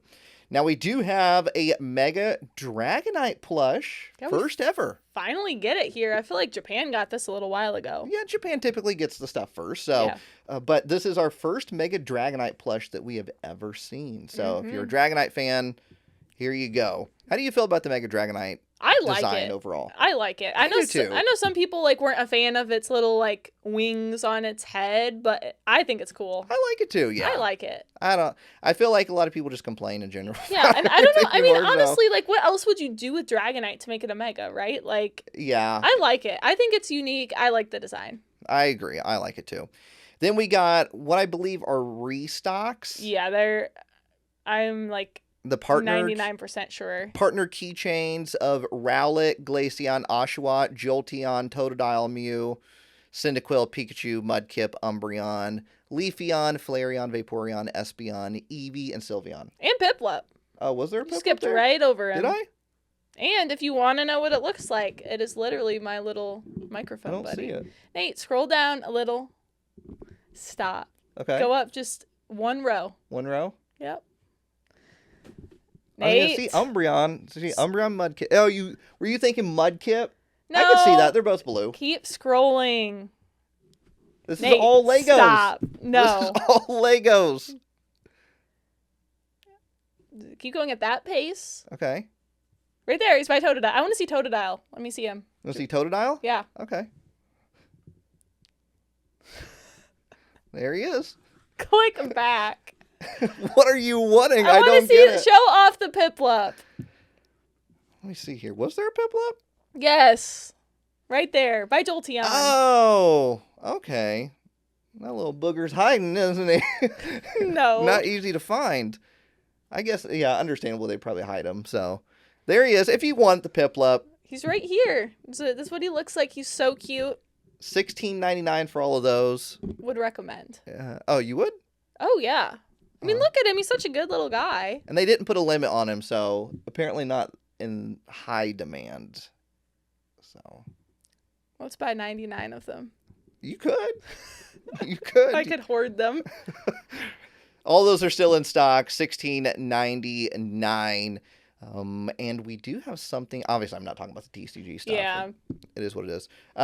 We got a new type of product, in the sense of this lets you customize it a little bit. We have T-shirts that are customizable. This is interesting. Yeah, I hadn't seen this yet, so this is news There's to me. adult and youth, $24.99 for adults, $16.99 for youth. So Currently, at this moment, only Kanto Pokemon are available, and only up till Raichu. So that is it at the moment. So you can get a Rattata. You can get a Rattata if you want. That is something that is possible. So if you do decide you want one, right, you select by region. So they are, I think, eventually going to do all of them. I could see it because on Pokemon Center, if you have an account, you can pick like your little icon, and they have all the Pokemon available. Oh yeah, so see, look, they're even all listed out there. Yes. So and like, I think obviously, I think this is just like kind of like, we have to like ease our way into it. So all the other ones say region coming soon. Yeah. But you can get up to Raichu for Kanto region right now. So if you are hardcore Kakuna fan, you can select Kakuna. You hit select this design, and then you select what color you want the t-shirt. So you got white, black, gray, and navy. And then it just says Kakuna, and then it's Pokédex number. Of course. On it. Always have gotta have the Pokédex number, right? But that's it goes from small to 5XL. $24.99 I feel is a good price for a customizable t-shirt. I agree, yeah. I mean, whenever Piplup comes, I'm definitely going to get one. This is a classic fit crew neckline. Printed graphic features your choice of Pokemon, its name, and its Pokédex number. But as I say, the blurb looks like it might have something interesting. It's easy to celebrate your favorite Pokemon with a comfy custom t-shirt showing off your choice for all to see. Available in adults and youth sizing with a variety of colors. This make on-demand graphic tee features your choice of Pokemon in an iconic pose along with its name and Pokédex number. And for a limited time through Pokemon Day 2027, each shirt also features a special graphic on the bottom left that asks, "What's your favorite?" Which is kind of their like main, like kind of gimmick almost that they're doing. Yeah, the motto for this year. Yeah. It does not have an image of that "What's your favorite" on there. I feel like it's going to be like the situation with the Fossil Museum, because bottom left, it's probably going to be a little tag. That's my guess. I would assume so. So if you're hardcore collector, you have to get one now. And then one later. Yeah. So you're going to get 2 Piplup shirts? I would, because I could get 2 different colors. That's true. So. That's true. Yeah. But that means, that would make me, speculation, I feel like we're going to get all the Pokemon by the end of the year. I would assume so. Yeah. If there's a special little tag. And it does say it is in beta. So there's a little beta thing right there. So that is it is available right now. And by the time this podcast goes out, there could even be more Pokemon available. Yeah, there could be more available. Definitely cool. And I feel like this kind of opens the door to potentially more customizable products in the future, because if we can do t-shirts, hats, sweatshirts, like I feel like they could definitely have a wide array of products with on-demand printing. So it's kind of cool, because then you can get your favorite Pokemon. There is also something else that is happening, the pet stuff. Yes, I feel like they've been teasing this. They have been dragging this on forever. They just keep teasing little bits. They know what they're doing. I know. They know what they're doing. And I'm so excited, so excited for this drop. I think, speculation, I don't know anything, I think it's going to drop on Thursday, the day this podcast goes out. I'd love to see it. I think that's the day it's happening, but there is a little thing right here on the home page. It says Pokemon Center partners with Louisiana SPCA.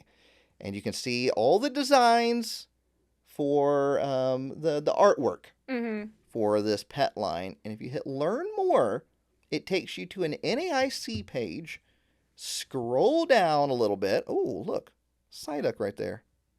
That's pretty cute. Look at that Psyduck. Go down a little bit more, and it says, something new is coming soon to Pokemon Center. Inspired by everyday moments we share with our furry four-legged companions, to celebrate the upcoming launch of the special treat, Pokemon Center has teamed up with the Louisiana SPCA to host a special pet adoption event. Taking place on June 11th from 4 p.m. to 6 p.m. at the Petit Rouge in New Orleans. Visitors can meet and adopt furry companions in need of loving forever homes. Those who adopt will also receive a special Pokemon Center goodie bag to help them begin a new chapter with their new best friend. And then a little asterisk, goodie bags contain Pokemon Center products excluding TCG items. Supply is subject to availability. So I am assuming June 11th. I mean, that's a pretty good guess. I think June 11th is when it's dropping. So, but if you're in New Orleans and you need a new furry friend, part of the new family member, head over to the Petit Rouge in New Orleans. So from 4 to 6 p.m. on June 11th only. So you're going to get Eevee a sister. That would be hard to... I will say, last night, I did scroll and look at what pets they had up for adoption, and I was like, I gotta see some cute little babies. Yeah, so it would be hard to travel, like logistically. Oh yeah, like absolutely. with a plane. And you know what? I did find one, and then I was like, oh, this is a cute one. I bet Evie would love this one. Marie, get no ideas, okay? No ideas, Marie. And then it was like, oh, he loves to spend his days with his brother. And I was like, oh, now you have to get two. You can't separate. No, they're a bonded pair. Yeah, I'm a firm believer of, like, if there is a sibling animals, you have to get both. Yeah, because it's like a bonded pair. Like, I think that, like, that's an actual thing. You cannot separate. Like, that. It's already, I feel like these animals are already in a situation where it's stressful. Like, they need a home. Oh, yes. They're displaced. If they have, like, that other animal they're bonded to, yes, I am also a believer. You cannot separate them. You must adopt them together. Let's see here. Louisiana SPCA. The adopt view animals. I gotta find what was his name. Was it a dog? Oh, well, yeah. Well, they probably have cats too. They do. They have cats and dogs, but you know I'm a dog person. Yeah. So cats are better. Well, don't get me started now. Where is this little feller at? Oh my goodness, there was one in here. You're not even going to get this reference, so I'm just going to talk to everybody else here. But there's a dog named Corey Matthews. Did you ever see Boy Meets World? No. Corey Matthews was the main character. I was over the moon about this. I was like, oh my gosh, somebody has to go adopt Corey Matthews. This dog. Okay, he was a little bit okay, Diego. Look at that little feller. Oh, he's cute. Yeah. He is a male. He is a terrier. Breed is terrier rat. And age is 2 years and 1 month. You could get the little guy. Well, this is where I started reading about him. And there's a picture of him cuddling with his brother. Well, what's his brother's name? I don't know. They weren't like beside they weren't by each other. Yeah. Well, after I saw Diego, I was like, I gotta get off this website. Yeah, like this is a slippery slope. Because we're gonna be driving back home if not. It says, hi, I'm Diego, a brave, mellow pup with a knack for making people laugh. We'll see. Where's the... Okay, meet Diego, Sierra's staff pick. Diego may look old and wise, but he is still young and ready to live life to the fullest. He loves leaping over his brother, chewing on toys, and making every moment an adventure. And then there was a picture of him. I'm assuming this is his brother, but look. Oh yeah, you can't. They do look. Yeah, you can't separate them. You can't separate them. No, that would be too stressful. And then Evie is part terrier, so that's why I was kind of like, oh, I was like, Diego would be a good friend, but somebody out there needs to go adopt Diego and Diego's brother. It doesn't say what his brother's name is though. Well, if you search, do you see another dog that looks similar? There was a lot on here. Okay, so they might be on a different page. Yeah, I did scroll just a little bit more, but I did not see his brother. But somebody please go adopt Diego and Diego's brother. Together. Yes, that has to be together. And send me all the pictures, please, because they are absolutely adorable. So that is happening with the Louisiana SPCA on June 11th from 4 p.m. to 6 p.m. at the Petit Rouge in New Orleans. So I was going to actually see if I can make it over there. I think you should. So I was looking at how far away it was from the convention center. So Yeah. I just wanted to go see all the animals. Well, yeah, I would want to go play with all the little kitties. Yeah. So I'm not adopting an animal. Okay? You're not coming home with a pet? I'm not coming home with a pet. Somebody else is coming home with Diego and their brother. Yes. So please. Or Corey Matthews. So the pet stuff, it's so anticipated right now. Oh, I know. Everyone is just like chomping at the bit for this We were talking about it at GoFest. We're like, please drop the merch already. Yes. I've seen, there was like some ad I saw, like a little post, and there's this cat toy. It's a Magikarp. I knew exactly what you were talking about as soon as you said that. It's a Magikarp. It's like going after like a Pokeball. Like the Pokeball's like the bobber it's going after. And it's a little stick toy. And that's my cats. Thelma and Louise. They're my cats. That is their favorite type of toy, is the stick toys. So honestly, that is going to be my. I think the pole was like a fishing rod. It is. Yeah, it's like the fishing rod, like from the game. I would buy that, and I don't even have a cat. So I need that for my cats. I'm gonna let them play with it. But like they've teased like beds and like food mats, food dishes, harnesses, leash, collar. Yeah, because I think there was like a Jigglypuff bed. Yeah, Jigglypuff like cat bed that's like kind of has like a dome, like it's like the shape of Jigglypuff. And then a Snorlax, almost like chair looking thing for a dog, I would assume. Yeah, I mean a cat could lay on that too. Or for a dog. What if the cat Cass told me I should get that for the cats. Oh, really? Yeah. I told them I think they'd like the Jigglypuff better. But they also have like a bed in every room right now, so that's what Evie is, yeah. Yeah. Evie's got a bed. I'm like, I guess in my office, like my work from home office, there isn't a bed in there. So maybe Jigglypuff could go in there. I could put the little Snorlax right here, and then Evie can have her spot. Yeah. Yeah. And then every time you move, she'd go, yeah, honestly. She loves people for the first 10 minutes they're here, and then she's done after that. So we got pet stuff dropping hopefully soon. Hopefully soon. I'm ready for this. I am so ready. Like that, definitely going to be making some purchases. And I want to show something that I was gifted by the Pokemon Center. Okay, so full transparency, I was gifted this by the Pokemon Center. And you got to check this out. Look at this. Look at this. The Sunflora pillow. Yes. This was something I had talked about previous weeks. This is the coolest thing. It is pretty cool. Right? It doesn't say it's a pillow on Pokemon Center. What does it say? A cushion? I don't even think it says cushion. Let's see. Sunflora. Plush. Plush. But it is a pillow. Yes, a Whimsy Bloom plush. It does not say anything about a pillow. We all know this is a pillow. That's a pillow. Okay, this is a... I'm saying it's a pillow. Oh, I agree. It's like a throw pillow for your couch. $59.99. Check that thing out. Check it out. That's pretty nice quality. Right? That's nice. Can you imagine having two of those? I mean, yeah. On the couch? You would have to, yeah. That's nice. I like it. It's like fun and cheery. It's perfect for summer. It's whimsical. Yeah. It's whimsical. But then also... the best thing. This right here, we're going to take it for a spin. Literally. The Hoppip right here. The Hoppip keychain. Okay, it is a keychain, but you pull the string and this thing is ready for flight. Check this out. Ah? There it goes. Look at that thing go. Look at it go. And it just keeps going and going and going. Yeah. It's literally still going right now. Yeah. It's almost done. It's getting almost there. And done. Is that not cool? That's pretty cool. Right, they gifted me this too. This was gifted by Pokemon Center as well. But how much is this again? $16.99, and it's still in stock. And it's very interactive. Listen, I talked about previous week how I wanted this.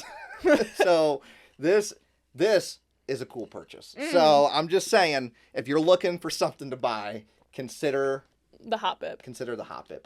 I would almost say the Hoppip more than the Sunflora. Depends on what you're looking for. True. Are you looking for decor or are you looking for fun? I mean, they're both fun, but interaction. How could you not want that? No. Yeah, that's pretty good. It's literally what Hoppip does.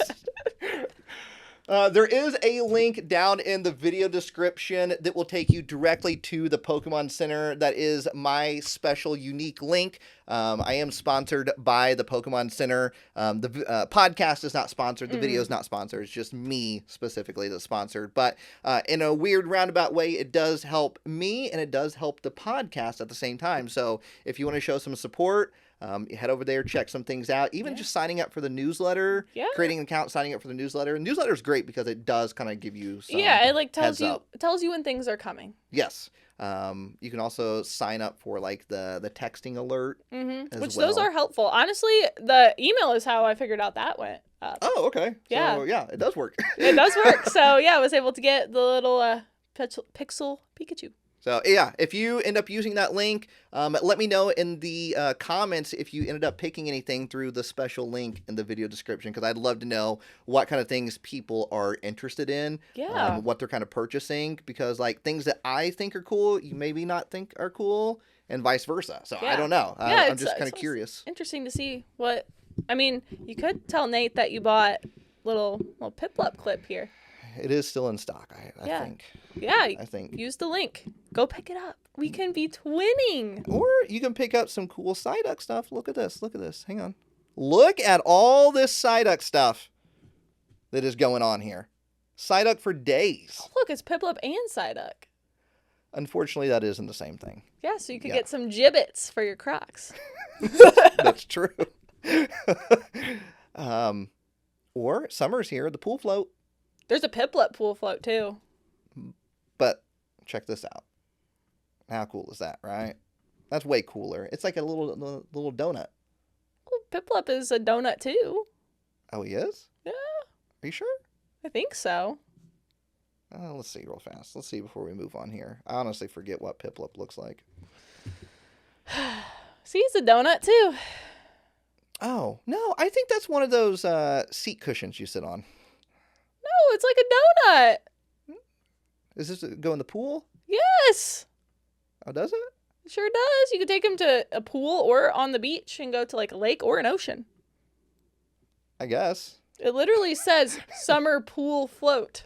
Okay. Well, they're just not in the pool in the picture, so I was just They're confused. on the beach. They're taking Piplup out into the world. You sure? Yeah. To me, that looks like Bisbee, Arizona. It is not Bisbee, Arizona. All right, that is it for the Pokemon Center this week. However, it is nothing in the podcast. No. We still have to discuss what's going on in the world of Pokemon. Now, remember, we're not breaking the news. We're simply just discussing what's going on in the world of Pokemon. First up. First partners. We got all the promos finally revealed. And they're all in order because Japan is going to be getting, like, I think each Pokemon, right? Like it's like each generation. Yeah, each generation is coming in like its own little pack. Yes, and you'll get 2 of the 30th celebration set packs with it. Yeah.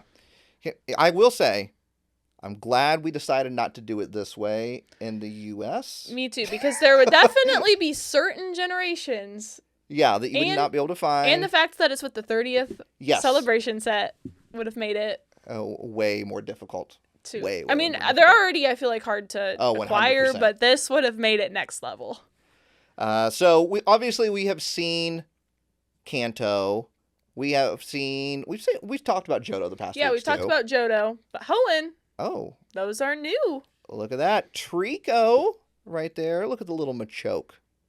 Yeah, carrying something down there. Look at the Wailmer little watering can up there. The Wailmer watering can, yeah.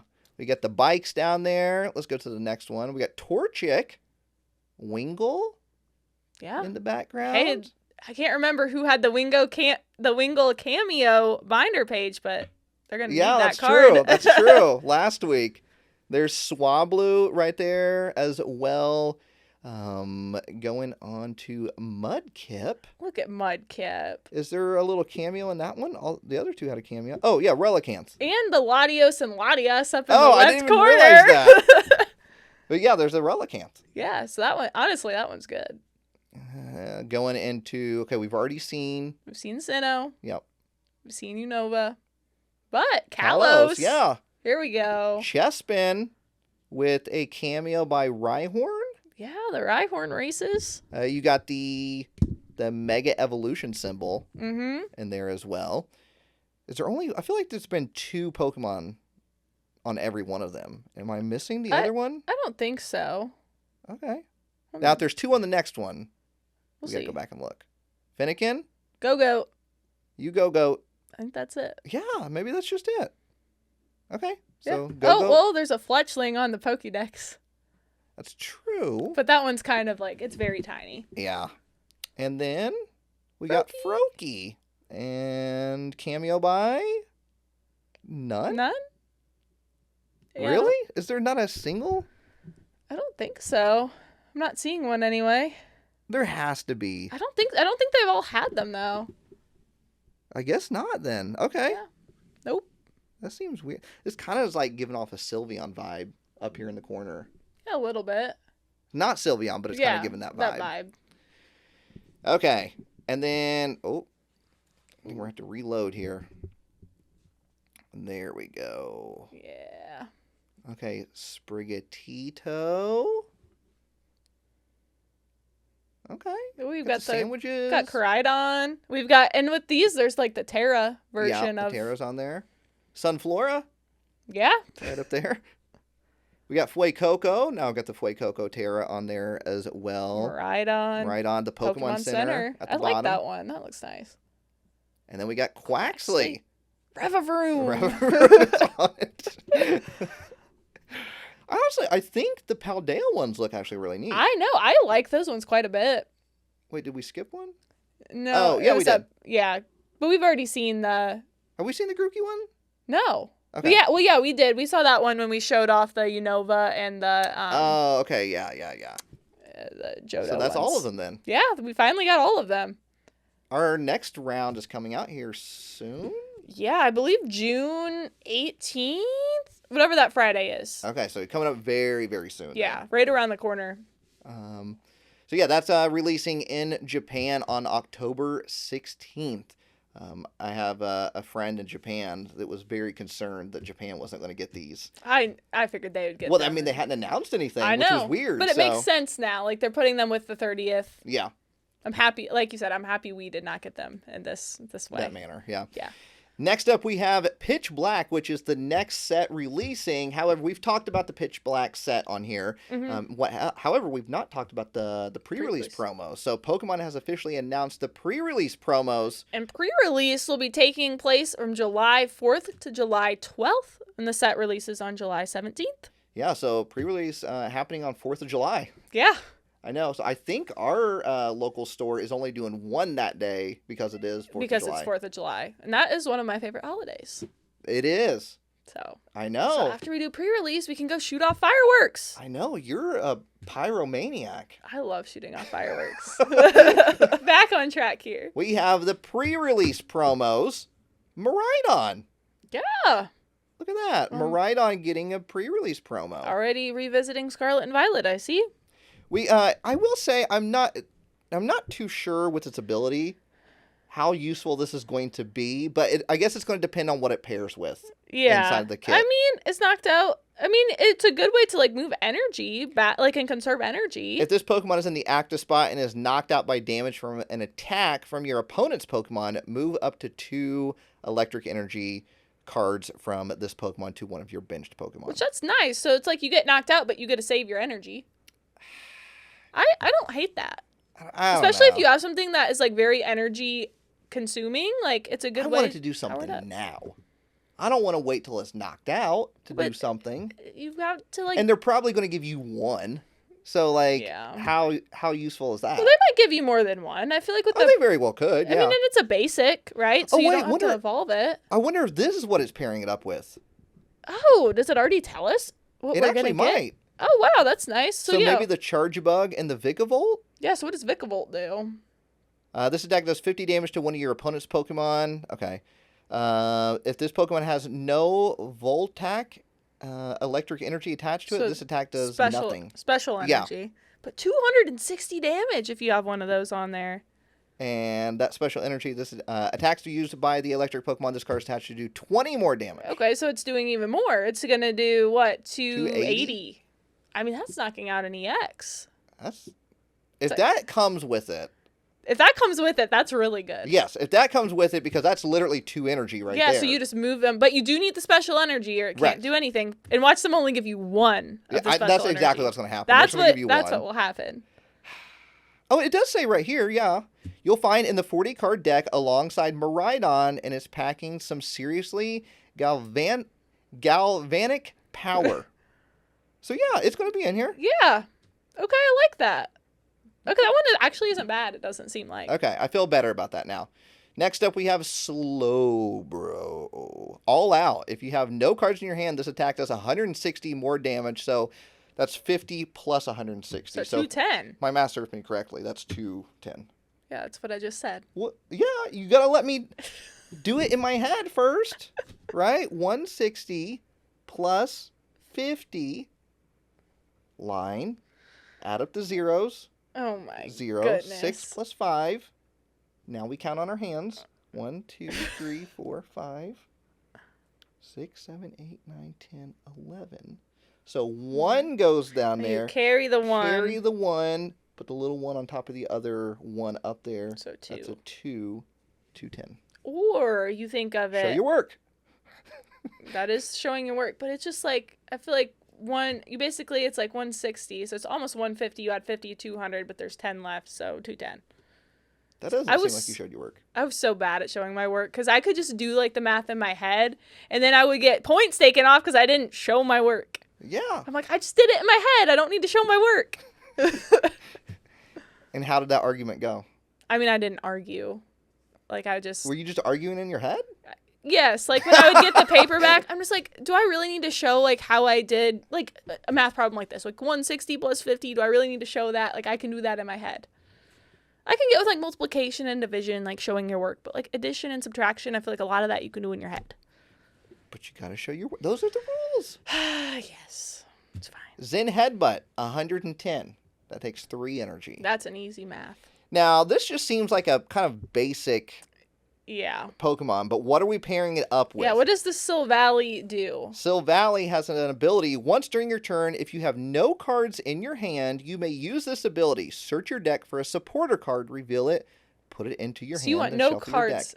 How are we getting rid of our I cards know. in our Like, hand? is there like some card in the set that like... Because Ignition Energy is just 3 energy to an evolution Pokemon you discarded at the end of your turn. That's a reprint. Don't be afraid to go all out if Slowbro is your pre-release promo card this time around. The Hermit Crab Pokemon threatens an outstanding 210 damage for just 1 Psychic Energy, but only if you have no cards in your hand. Dumping your hand is far from a common strategy, but cards like Ultra Ball and Prism Tower will be included in your 40-card deck to effectively thin things down. All right. If you're feeling extra confident, you can use Slowpoke's All You Can Yeet. They did great on that name. That's a good All one. You Can Yeet attack to set up some serious damage after it evolves. All right. I don't even know what All You Can Yeet does. No, me neither. They don't show us that. Yeet. Okay. We got Delmise. This is Vengeful Anchor. If you have 4 or more Pokemon that have the Hide and Sneak ability in your discard pile, this attack does 140 more damage. That was that gimmick. Yes. With those new cards that we saw. So 1 Psychic Energy. So 140. Yep. Plus 30. 170. See, this is why you were getting points taken off, is because you're not showing your work. But all you have to do is 4 plus 3 is 7, and then you just add the 1 and the 0. Line. Zeros is 0. 4 plus 3 is 7. 1 plus nothing is 1. So 170. Uh-huh. So you get full credit. I passed the test. You failed. I didn't fail. You didn't show your work. It didn't say where does it say I have to? It's just the rules in life. You gotta show your work. Mm. Now, what are we pairing up with here for this thing to work? I mean, all of the hide and sneak ones, right? Yeah. Delmise is showing up in a pre-release party with an energy-efficient, hard-hitting attack that rivals both Vikavolt and Slowbro. Its vengeful anchor attack ordinarily does 30 for 1 psychic energy, but does 140 more damage if you have 4 or more Pokemon that have the hide and sneak ability in your discard. It looks like maybe pairing it up with Bayonet and Sinistcha, yeah, because they both have the hide and sneak ability. That works. Yeah, so the Sinistcha is grass, but it does not require yeah, it's grass just colorless. Energy, so. And then last but not least, a Bastiodon. Speaking of fossils. There we go. Bastiodon was featured in the Fossil Museum. It was. So this one has an ability, Ancient Bulwark. As long as this Pokemon is on your bench, prevent all damage done to each of your Pokemon by attacks from your opponent's Pokemon that have 2 or less energy attached. So honestly, that's pretty good against like all the other decks. Not bad. Hammer in 3 energy and 160 damage with that. And these big, like, tanky Pokemon always have a huge retreat cost. Yeah, so 4 retreat. So retreat. That thing isn't moving out of your active anytime soon. No. Better hope you got a Switch or a Surfer in your little build. Let's see here. Miraidon, Slowbro, and Delmise can all attack for less energy than that. So basically going up against all of them. But it looks like it comes with Skarmory that has Steel Cutter, which is 40 times. Discard up to 2 basic metal energy cards from your hand, and this attack does 40 damage for each card you discarded in this way. So 160. Yeah. You gonna show your work? I was waiting for you. You answered really quick, so... Right? Is it 40 more damage? Oh, so no, it's 120. Right? This 40 is what happens times... when you don't show your work. 40 times 2, no. 40 damage for each card you discarded in this way. So it can do 80? 80 damage. It can only do 80. I read that wrong. See, if you show your work and work it out, you would have gotten to 80. It can do 80 damage. Yes, it can do 80 damage. For 1 energy, but you have to discard 2. And then it also comes with the Backtrack Badge. Once during your turn, after you flip any coins for an attack of the colorless Pokemon this card is attached to, you may ignore all results of those coin flips and begin flipping those coins again. This reminds me of the Victini we had back in like black and white. It was called like Fliptini. It had a similar ability. Let's see, what else does this come with? The fossil. Yes, I hope so. The antique armor fossil. The new fossil quarry stadium.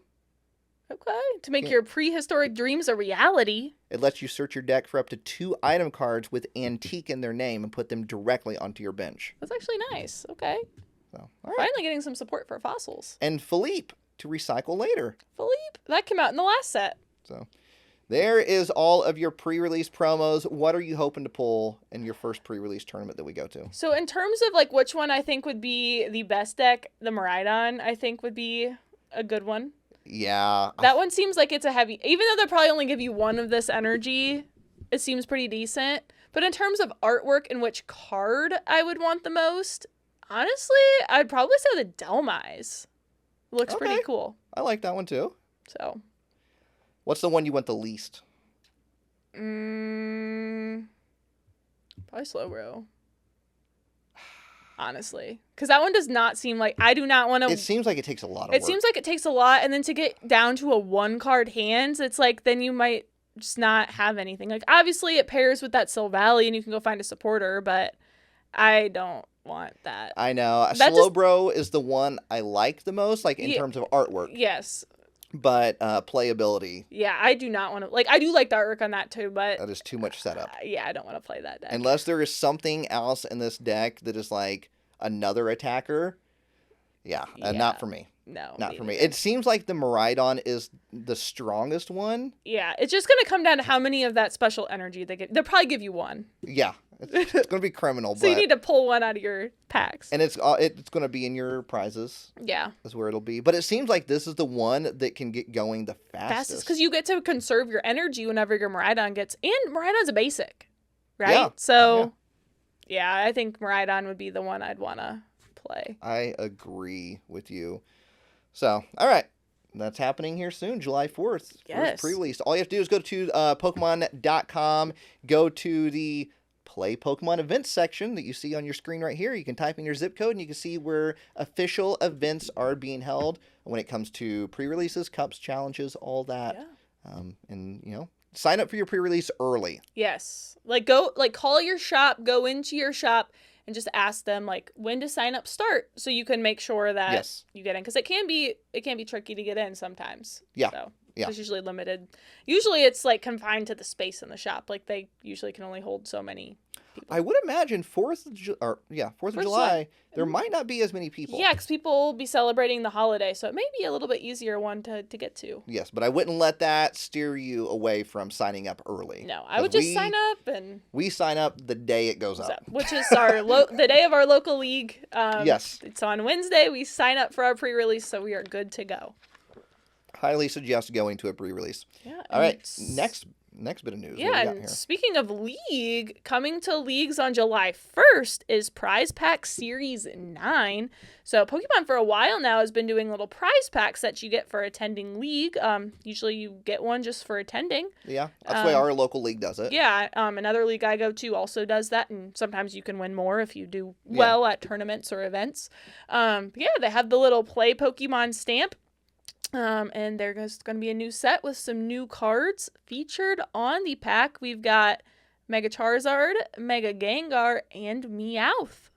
Yeah, and the prize packs they consist of playable cards. Yes, so they try to put in, I will say not all of them are playable. Oh, that's true. Yeah, that's true. But they do try to put playable cards that have a foil treatment, so the competitive players can kind of bling out their decks a little bit. But then they also put popular cards there's a Mega Charizard in here. Not the most playable card, but it's Charizard, so we're going to throw him in there. I feel like Charizard is in every single one of the prize packs. I know, right? They just, they put, because we had that Charizard EX from Obsidian Flames that was in there for several prize pack series. Yeah. But that card was playable, I will say. You had Charizard V and VMAX. Yeah. Were in the prize packs. Radiant Charizard from Pokemon Go was in there. That was also a playable card, too. Yeah, so... Charizard's definitely been in there for sure. I believe Pokebeach did put up a full list. This starts July 1st, by the way. If you click on that link, it'll show you the full list. Oh, perfect. I was looking at it earlier. July 1st, so maybe even get those for pre-release. Yeah. Some pre-releases will give out prize packs. Yes, not all. Some do not. We typically will get one when we play. So. Yeah, but sometimes he'll give us an older one. It won't even be the newest one. So. Oh, yeah, but perfect. Here it is. I will say, Psyduck is in his first ever prize pack. And it is a playable card, too. Well, it's Psyduck. So yeah, it makes sense. It's playable. One of his first playable cards ever. No. Psyduck's had plenty of playable cards. Really? What other ones? And you just name one. They're all playable. You can play all of them, but are they competitive cards? Well, yes, because people see a Psyduck and then they go, whoa, I didn't know we were being this competitive, okay? And to show you how I got proof that Psyduck is competitive. Okay, what's the proof? Does the World Championship promo not mention Psyduck in it every year? Yeah, but people don't play that. But the World Championships is the competitive tournament. Yes, but they're not I don't even think you can put that card in your deck. Yeah, you can. You can play that card in your deck. Are you sure? I thought it was banned. No, you're thinking of a different one. The new one? Yeah. The new one's not banned. Are you sure? No. I could have swore it was on the bans list last year. Not that anyone would want to play it, but... what is it, Paradise Resort? Or... Yeah, I know that one was banned, but I think, moving forward, haven't they just banned them? You know what? Now I'm kind of curious. Pokemon Worlds promo. We'll say 2025. What is the name of that? That's a good question. I don't know what the name of it is. I wanted to say Tropical Winds, but that was way back in the day. It's not Celebratory Fanfare. I know that. No, that's the Ace Trainer card. Yes. Pokemon Worlds. I'm going to go to the promo list. It's Paradise Resort. Is it Paradise Resort? That's the name of it, yeah. That's what I said earlier, wasn't it? Did you say Tropical Beach? That was the one. I'm pretty sure I said Paradise is that what you said? Resort. Well, yeah. Tropical Beach, I think, was the one that was banned back in the day. Let's see. Is it banned?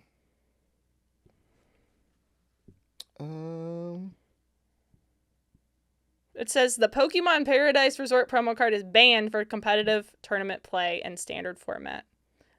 We're just that overall? Just Paradise Resort banned? Yeah. Where are you reading this at? Let me pull it up. It was like a Google search. I think she's lying. No, I think it is. I really do. Here, let me pull up the bans list for Worlds last year. Because there was a bans list. Yeah. Yeah, I'm looking at it right now. I'm pretty sure the Van Gogh Pikachu is on there. Yeah, like Pikachu with a gray felt hat, yeah. But it does list the specific promo number. Does it? Yeah. All right. I don't know. Oh, geez, this is like... It's a long list. list. This is a long list. Either way. I'm pretty sure... Psyduck is on there. No one would want to play it even if it was legal. That card represents competitiveness. I don't know about that, but... Because... Who else was on that card last year? Last year, it was Ogerpon. Was that Ogerpon on it? Was it? I'm going to look it up now. I have it upstairs. Here we go. I have it here. I think Revavroom or Varoom's on it. And that is not competitive. Are you saying that Flamigo is competitive? I'm saying that Psyduck is on it every year and mentioned in the text of the card. Mousehold? Right? Yeah, I mean, it says the retreat cost of each Psyduck in play is one colorless less, but no one's going to play that. And Psyduck is on the card every year. Well, that's fine. There's for only Psyduck. 2 Pokemon on the card every year. Pikachu and Psyduck. And there's only one that's front and center every year. And that's Pikachu. I think Psyduck's front and center because the card literally says Psyduck on it. Psyduck is off in the corner. Well, but the text says Psyduck. Good for Psyduck. And is there anything Piplup going on these World Championship promos? Yeah. Tropical Winds. There is a Piplup on there. All right, Grandma bringing up old news here. Hey, I would rather have that one than the one with Revavroom on it. No, that one's cool. Okay, well, you can... What one would you rather have, Nate? If somebody gave you the option, like, you can have this I already card... have the one with the Revavroom Let's on say it, you so didn't I would have choose it. the other one. Well, Nate, let's say you didn't have it. You could have one for your collection. You didn't have either card. Which one would you pick? I would pick... I'd flip a coin. Just see what it landed if someone on. walks up to you with the Tropical Winds and you would flip a coin over it. Flip the old coin, Okay. right? If anyone wants to come up to me at Worlds this year, give me that option, let me flip a coin, let's go for it, you know? Let's go for it, make it happen. Uh-huh. Now, also on this list, Gengar. Gengar, yeah. Oh. Mega Gengar, right? Oh, did you hear that? The Gengar hype bros. They were like, what's... Their ears perked Yeah, up. they're like, oh, there's a Gengar? So I say Gengar? There's 2 in here, actually. Is there? Mega Gengar EX and just regular Gengar from Perfect Order. Perfect Order, yeah. So, 2 Gengars in there. Unfortunately, the Oricorio EX is right beside the Psyduck, which is diabolical. Sure is. What else in here is standing out to you? What's standing out to me? There's definitely like some random ones. Like I don't know why Dugong is getting a card, but sure. Charmander, Charmeleon, obviously on there. Yeah, Mega Electros seemed a little random. I mean, you get Boss. I feel like they always put a Boss's orders in there. Again, like they do like try to put playable cards in there. Ignition Energy, I was kind of happy to see that one getting a stamped card. Ultra Ball, I feel like we always get that. Tool Scrapper, I was happy to see that. Wouldn't it be wild if they put SIRs in here one day? That would be insane. We do not need that. No, we do not need that. That would be wild. That would be wild, but no. But there would be more of them floating around. There would be more of them floating around, but I think it might also cause chaos at leagues. Listen, like, in not a good way. Listen, mini tins cause chaos at the stores right now, so... That's true. I feel like this is one thing, though, that people don't, like... Oh, yeah. Go crazy over. And I like it to stay that way. I do as well. Next bit of news. We got the World Championship promo has officially been announced. Now, every year, this is always kind of like a little freebie. Yes. Right? And they always do it in different ways. Mm-hmm. Sometimes it is like you purchase X amount on PokemonCenter.com. Sometimes it's given away at leagues. Yeah, sometimes stores will have it. Like, it's a gift with purchase. I feel like they're usually given away in multiple different, like, routes. Like, they usually are. There's a lot to go around. I think sometimes it's even given away at Worlds. Yeah. So, but this year we have the reveal of the artwork. Obviously, the language is in Japanese, but we have the artwork with Gardevoir on it. Which makes sense because Gardevoir won in the TCG last year for Masters Division. Yeah. So they always typically, or the past couple of years, we've seen like a throwback to what was competitive. Yeah. The year before we had Iron Thorns, that one won. Yeah. So. And then it looks like Golden Gate Bridge. Yeah. Kind of in the background as well. Mm-hmm. So that's always these are always kind of a fun little promo. Yeah, cool way to like commemorate Worlds. Yeah. Pokemon World Championship logo is on there as well. So, do you miss Gardevoir? No. I'm so happy it's gone. So happy Gardevoir's gone. Now I just need Dragapult to go away, but we have him for a little longer. I think in all due time, right? Yeah. Maybe a nice Psyduck can take care of that. I mean, I will say, like, Psyduck could potentially help. Possibly. As it should.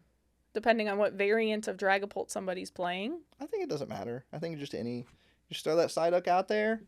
And it'll do the job. Okay. It'll do the job. Next bit of news, last bit of news. The big piece of news for the week. We've got some reveals for products coming for the 30th anniversary set. And please do not lose your mind. I think we're losing our minds, but... I know. When this was revealed, I was like, oh, no. This is going to be a fun one to try to hunt down, I think. So there is a 30th Celebration Futuristic box that is releasing in Japan on September 16th. That's the same day as the set releases. It's going to feature 2 Pikachu EX Futuristic Rare promos, each themed after the day or the night. You can see the box right here. Cool looking box. Yeah, very cool box. The box itself has kind of that futuristic design on it. The 30th anniversary logo is on there as well. Then you start diving a little bit deeper. You see kind of playmat holder, playmat itself, coins, damage counters, damage poison counter sleeves, markers, deck box, and then the promos itself. Yes. We got Pikachu EX. You can even see the texture on this. I'll be very interested. And I think they kind of showed these off at the Japanese like championships. Yeah. And so you could kind of see them and they're almost like glittery in a way. It almost looks like kind of the sheen. I guess you could kind of see some like dots right here. Yeah. That kind of make it look glittery. This I assume would be the day. I think that's a good assumption. Okay. Then we have Pikachu EX. Again, this I assume would be night. I mean, it could be. Could be. Could Both of those are promos in Japan. Yeah. But what else do we have? What else do we have? We have some evolutions. We have an Umbreon and Espeon deck. Premium deck set. Yeah. Premium deck set, which obviously you have the promos of the Umbreon and the Espeon, which look really cool, by the way. They have like 30th in the clouds. Eevee is on both of them, and there's definitely a lot of Pokemon cameos in there. It's definitely a premium deck set because it also comes with all these goodies right here. Yes, you've got coins featuring Espeon and Umbreon. Obviously it's a deck, so we don't know exactly what other cards are going to be featured in there. This looks like a metal tin. It kind of does. And then the playmat, it's like one of the double playmats. Yes. So you've got Espeon on one side, Umbreon on the other side. I think even though people are probably more excited about these cards, I think the accessories in the other box are better. I would agree. Yes. So, there's a closer look at the dice as well. Those are some interesting dice. Coins. But here is the Umbreon promo. Like you said, you see the 30th in the sky with the fireworks. You see Murkrows kind of flying by right there. I think Mewtwo back there. There's a Zoroark on the roof. Yeah. Is that a Zeraora down there? Yeah, it looks like a Zeraora, Zweilous, and a Dino. Toxtricity. Yeah. And then obviously Eevee and Umbreon are on like a little ledge, it looks like. There's Espeon. You got the Comfey in there. I think Comfey's becoming like top 20 for me. Really? I don't know why.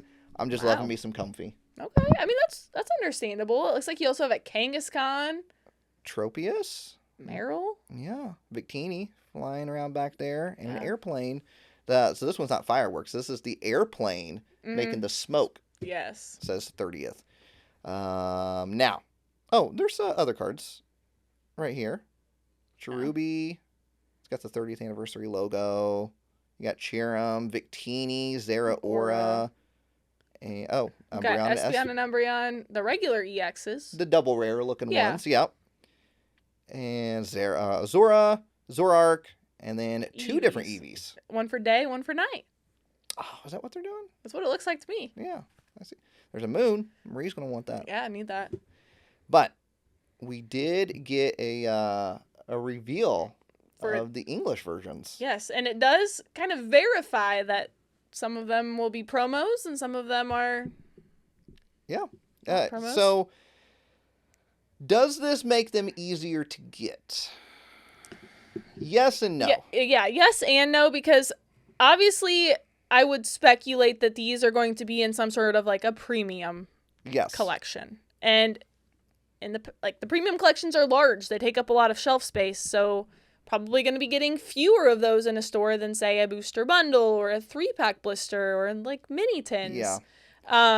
So they might be very hard products to come across, but it's not like a super rare card where you're trying to pull like, the Umbreon from Prismatic. That's really hard to pull. So at least it's not like a chase card, even though it kind of is, because it's probably going to be in a very big box. Yeah. Yeah. The interesting thing is that the Pikachus, both the Pikachus are promos.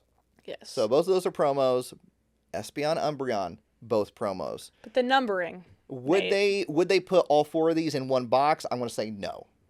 I think separate products. I think you have Espeon, Umbreon in one product. And the Pikachus in another one. But look at the promo numbers. This is where it's throwing me off. So we got Day Pikachu. 107. 107. You have Night Pikachu. 109. So there's something in between. What would that be? Another Pikachu? Well, click on the Umbreons and the Espeons. Espeon is 108. And Umbreon is 110. That makes me think they're going to all be in the same product. You think they're all... You think... But why would they... Well, unless they're all going to have their own thing and they're all going to get their own box, this makes me feel like the way they numbered it, they're either all going to be together or all going to be separate. Because otherwise, why would they, put them in between? Here's my speculation, right? And I think you'll be on board after I say this. Okay. I think it's the same box, but 2 variants. It is a day box and a night box. I could see that.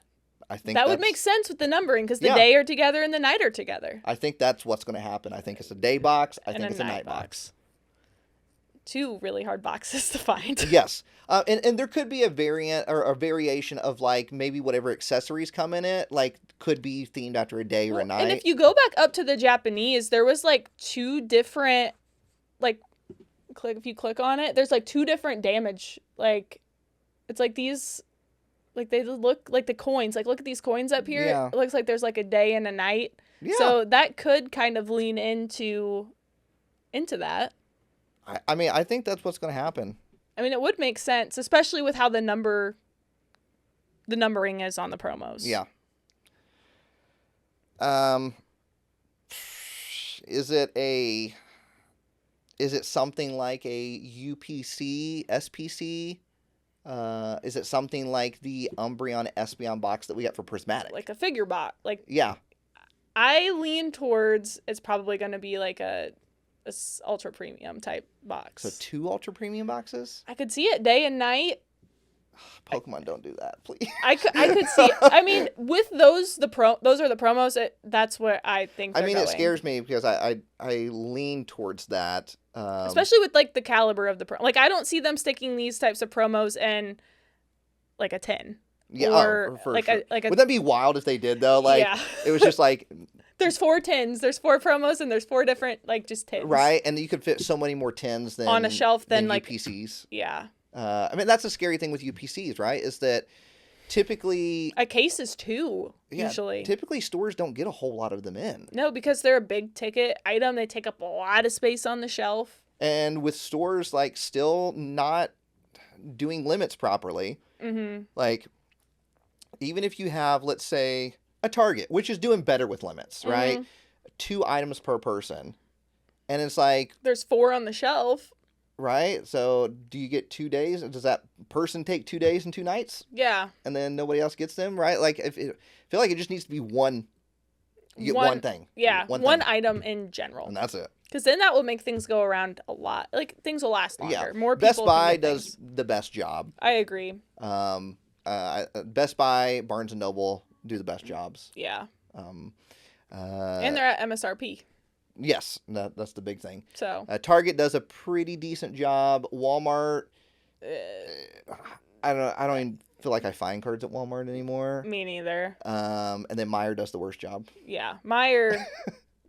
For those that don't know, they have a day, Saturday or Friday. I think some stores do Friday, but right at 6:30, so basically 30 minutes after they open, they have all the product behind the shelf. You can go up. You can get 5 items. Which we have went to 2 of these Meijer drops, right? In quotations. Yes. And they've been very lenient about these 5 items. Yeah, because you're supposed to be able to get 5. It has to be 5 different items. But I've seen people go up there and be like, well, I want like 3 ETBs and 2 like of these poster boxes. And you know what they do? Okay.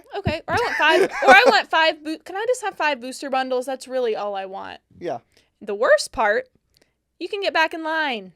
It specifically states on their sign that you can go back in line after you buy your 5 items. So what's the point of even having limits? Yeah. I feel like they are literally helping the scalpers, because not only are they telling us what time the cards are going to be there, but you can go back in line and just keep buying. It makes no sense. No. Honestly, it's worse than just stocking at a random time and like not having their limits. In my opinion, it's worse than stocking. Because then at least it's like, if you're just walking through the store, you would have a chance of stumbling upon the restock, versus it drops at the same time every single day. Yeah. And you can just keep going through line. It's absolutely ridiculous. It's bad. So, well, I feel like there might be one store that is worse, but I don't even want to say the name. Yeah. Well, I don't. It's not even on my radar anymore. Yeah, so that's why I didn't even include because it. Because of the prices.